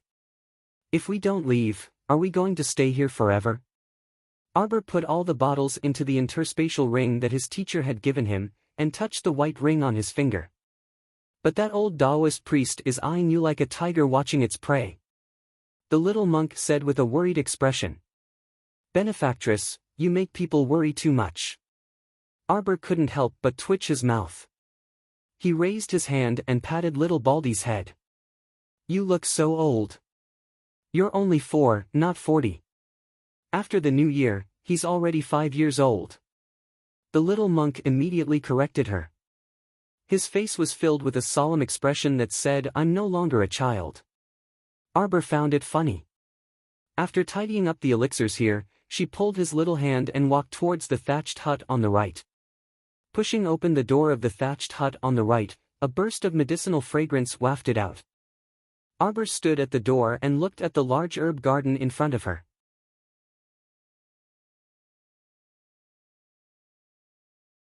Chapter 988. She took a step back and exited the door to take a look. It was a shabby straw hut. After walking through the door, it was as if she had entered a strange herb garden. Patches of spirit herbs and exotic flowers were in full bloom. This time, Arbor was in a bit of a dilemma. This herb garden was at least 20 mu of land. With her strength alone, how long would it take for her to finish digging up all these spirit flowers and herbs? And the problem was, where should she store them? Some of these herbs had been removed from the soil and could not be stored for long. They would wither after a while. If that was really the case, then wouldn't it be a waste of effort for her to dig them out with no place to store them? If only the little tree was awake. At this moment, Xiao Mu missed Chocho from the bottom of her heart. It was a pity that Chocho was still in seclusion and did not move at all. Arbor heaved a long sigh of relief and sat down cross-legged, attempting to refine the mystic energy in this mystic realm. Since she was going to leave, then she should not waste the mystic energy here. She wondered if she could refine this mystic realm without relying on Chocho. If only she could refine it successfully like she did in the paradise. These herbs could be temporarily kept here. When Chocho woke up, she could transplant them into the herb garden in the paradise. With this thought, Arbor had already sealed off her 5 senses and silently entered the state of refining mystic energy. The little monk and Qing Yuan squatted on her left and right and watched her. Big brother Qing Yuan, benefactress, can't be thinking of directly refining this mystic realm of inheritance, right?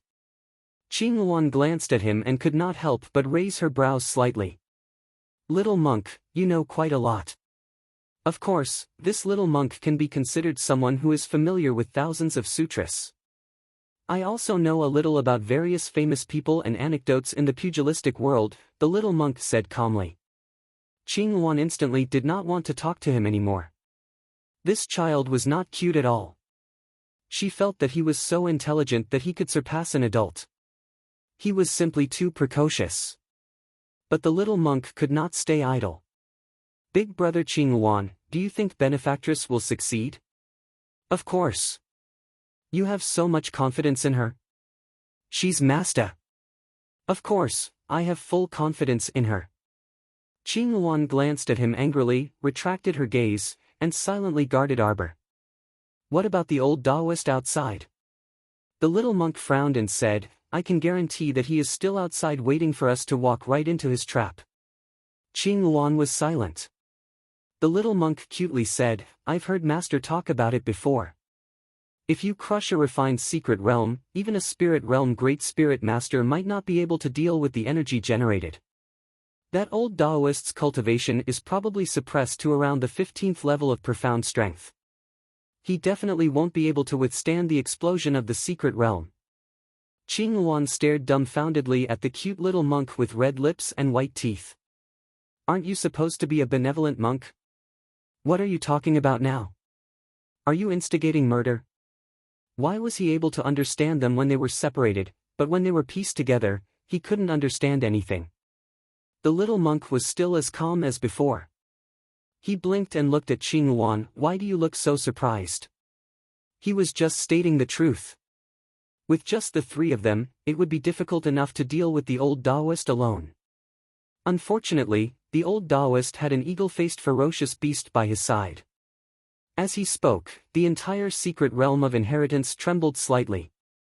The little monk suddenly stood up. Qing Luan also jumped up. It's going to collapse.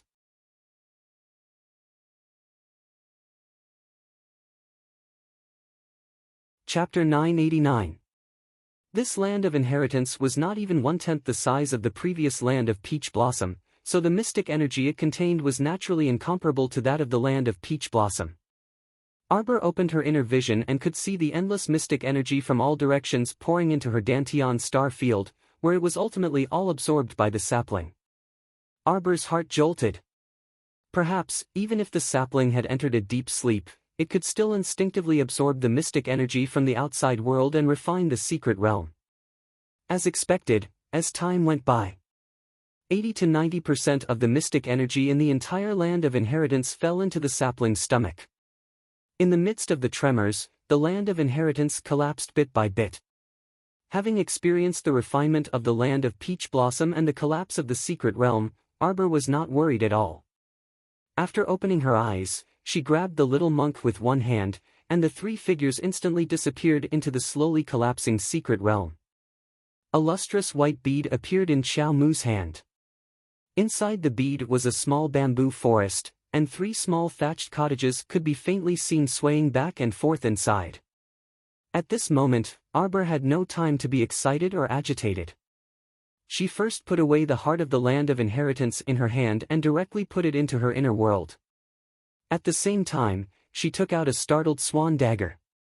With a turn of the dagger, she directly swiped it in a direction in the air. The old Daoist's outer robe was cut open by Arbor's sharp dagger, and he glared at her with sharp eyes. Without another word, Qing Luan immediately spread its wings and swiftly picked up its little master, flinging her and the little monk onto its back. With a shriek, it rushed into the heavens and swiftly fled the scene. The old Daoist simply did not expect that this little fellow Arbor would actually escape on Qing Luan without another word. He was so angry that his nose was crooked. He had circled around this mountain forest for nearly 3 days. In the end, he did not dare to go too far from this place, so he had been waiting at the secret realm where the three of them had disappeared. In the end, he had indeed waited for them to come out. But he did not expect that the three of them would be so wretched. They actually fled without a word the moment they came out. Was this something a great talisman practitioner and great mystic cultivator could do? It was simply outrageous. The old Daoist aggressively stepped on his eagle-faced ferocious beast and commanded it to give chase. Damn Arbor, let's see where you can escape to. A fierce glint flashed through the old Daoist's eyes as he berated the eagle-faced ferocious beast to chase the three people in front. Both his hands slightly raised, accumulating mystic energy in his body. His entire body began to swell up like a bloated ball. His entire body was filled with terrifying power. His green Daoist robe fluttered in the fierce wind. Standing on Qing Luan's back, Xiao Mu naturally saw the old Daoist's menacing pursuit. She unhurriedly opened up an eggshell defensive barrier and coldly looked back at the stinky Daoist who was chasing after her. Waves of ferocious profound energy rose from his entire body as tiny streams of water flowed out from his palms. Subsequently, they condensed into strings of sparkling ice crystals. In an instant, the ice crystals turned into hexagonal snowflakes, which she abruptly raised her hand and swiftly charged toward the old Taoist. The old Taoist saw that she was very cowardly and ran away the moment she left the secret realm, so he thought that she did not dare to fight him. Who would have expected that she would actually attack? Looking at the ferocious snowflakes flying toward him with a whoosh. They directly hit his green Taoist robe. Ha! The old Taoist roared. You're tuning into the Passion Pages YouTube channel. We're so grateful for your support, and don't forget to subscribe to join us on this incredible journey through captivating stories. Your generosity through donations truly makes a world of difference, as it's the primary source of revenue that allows me to expand and enhance this channel for you. Thank you from the bottom of my heart for being a part of this adventure.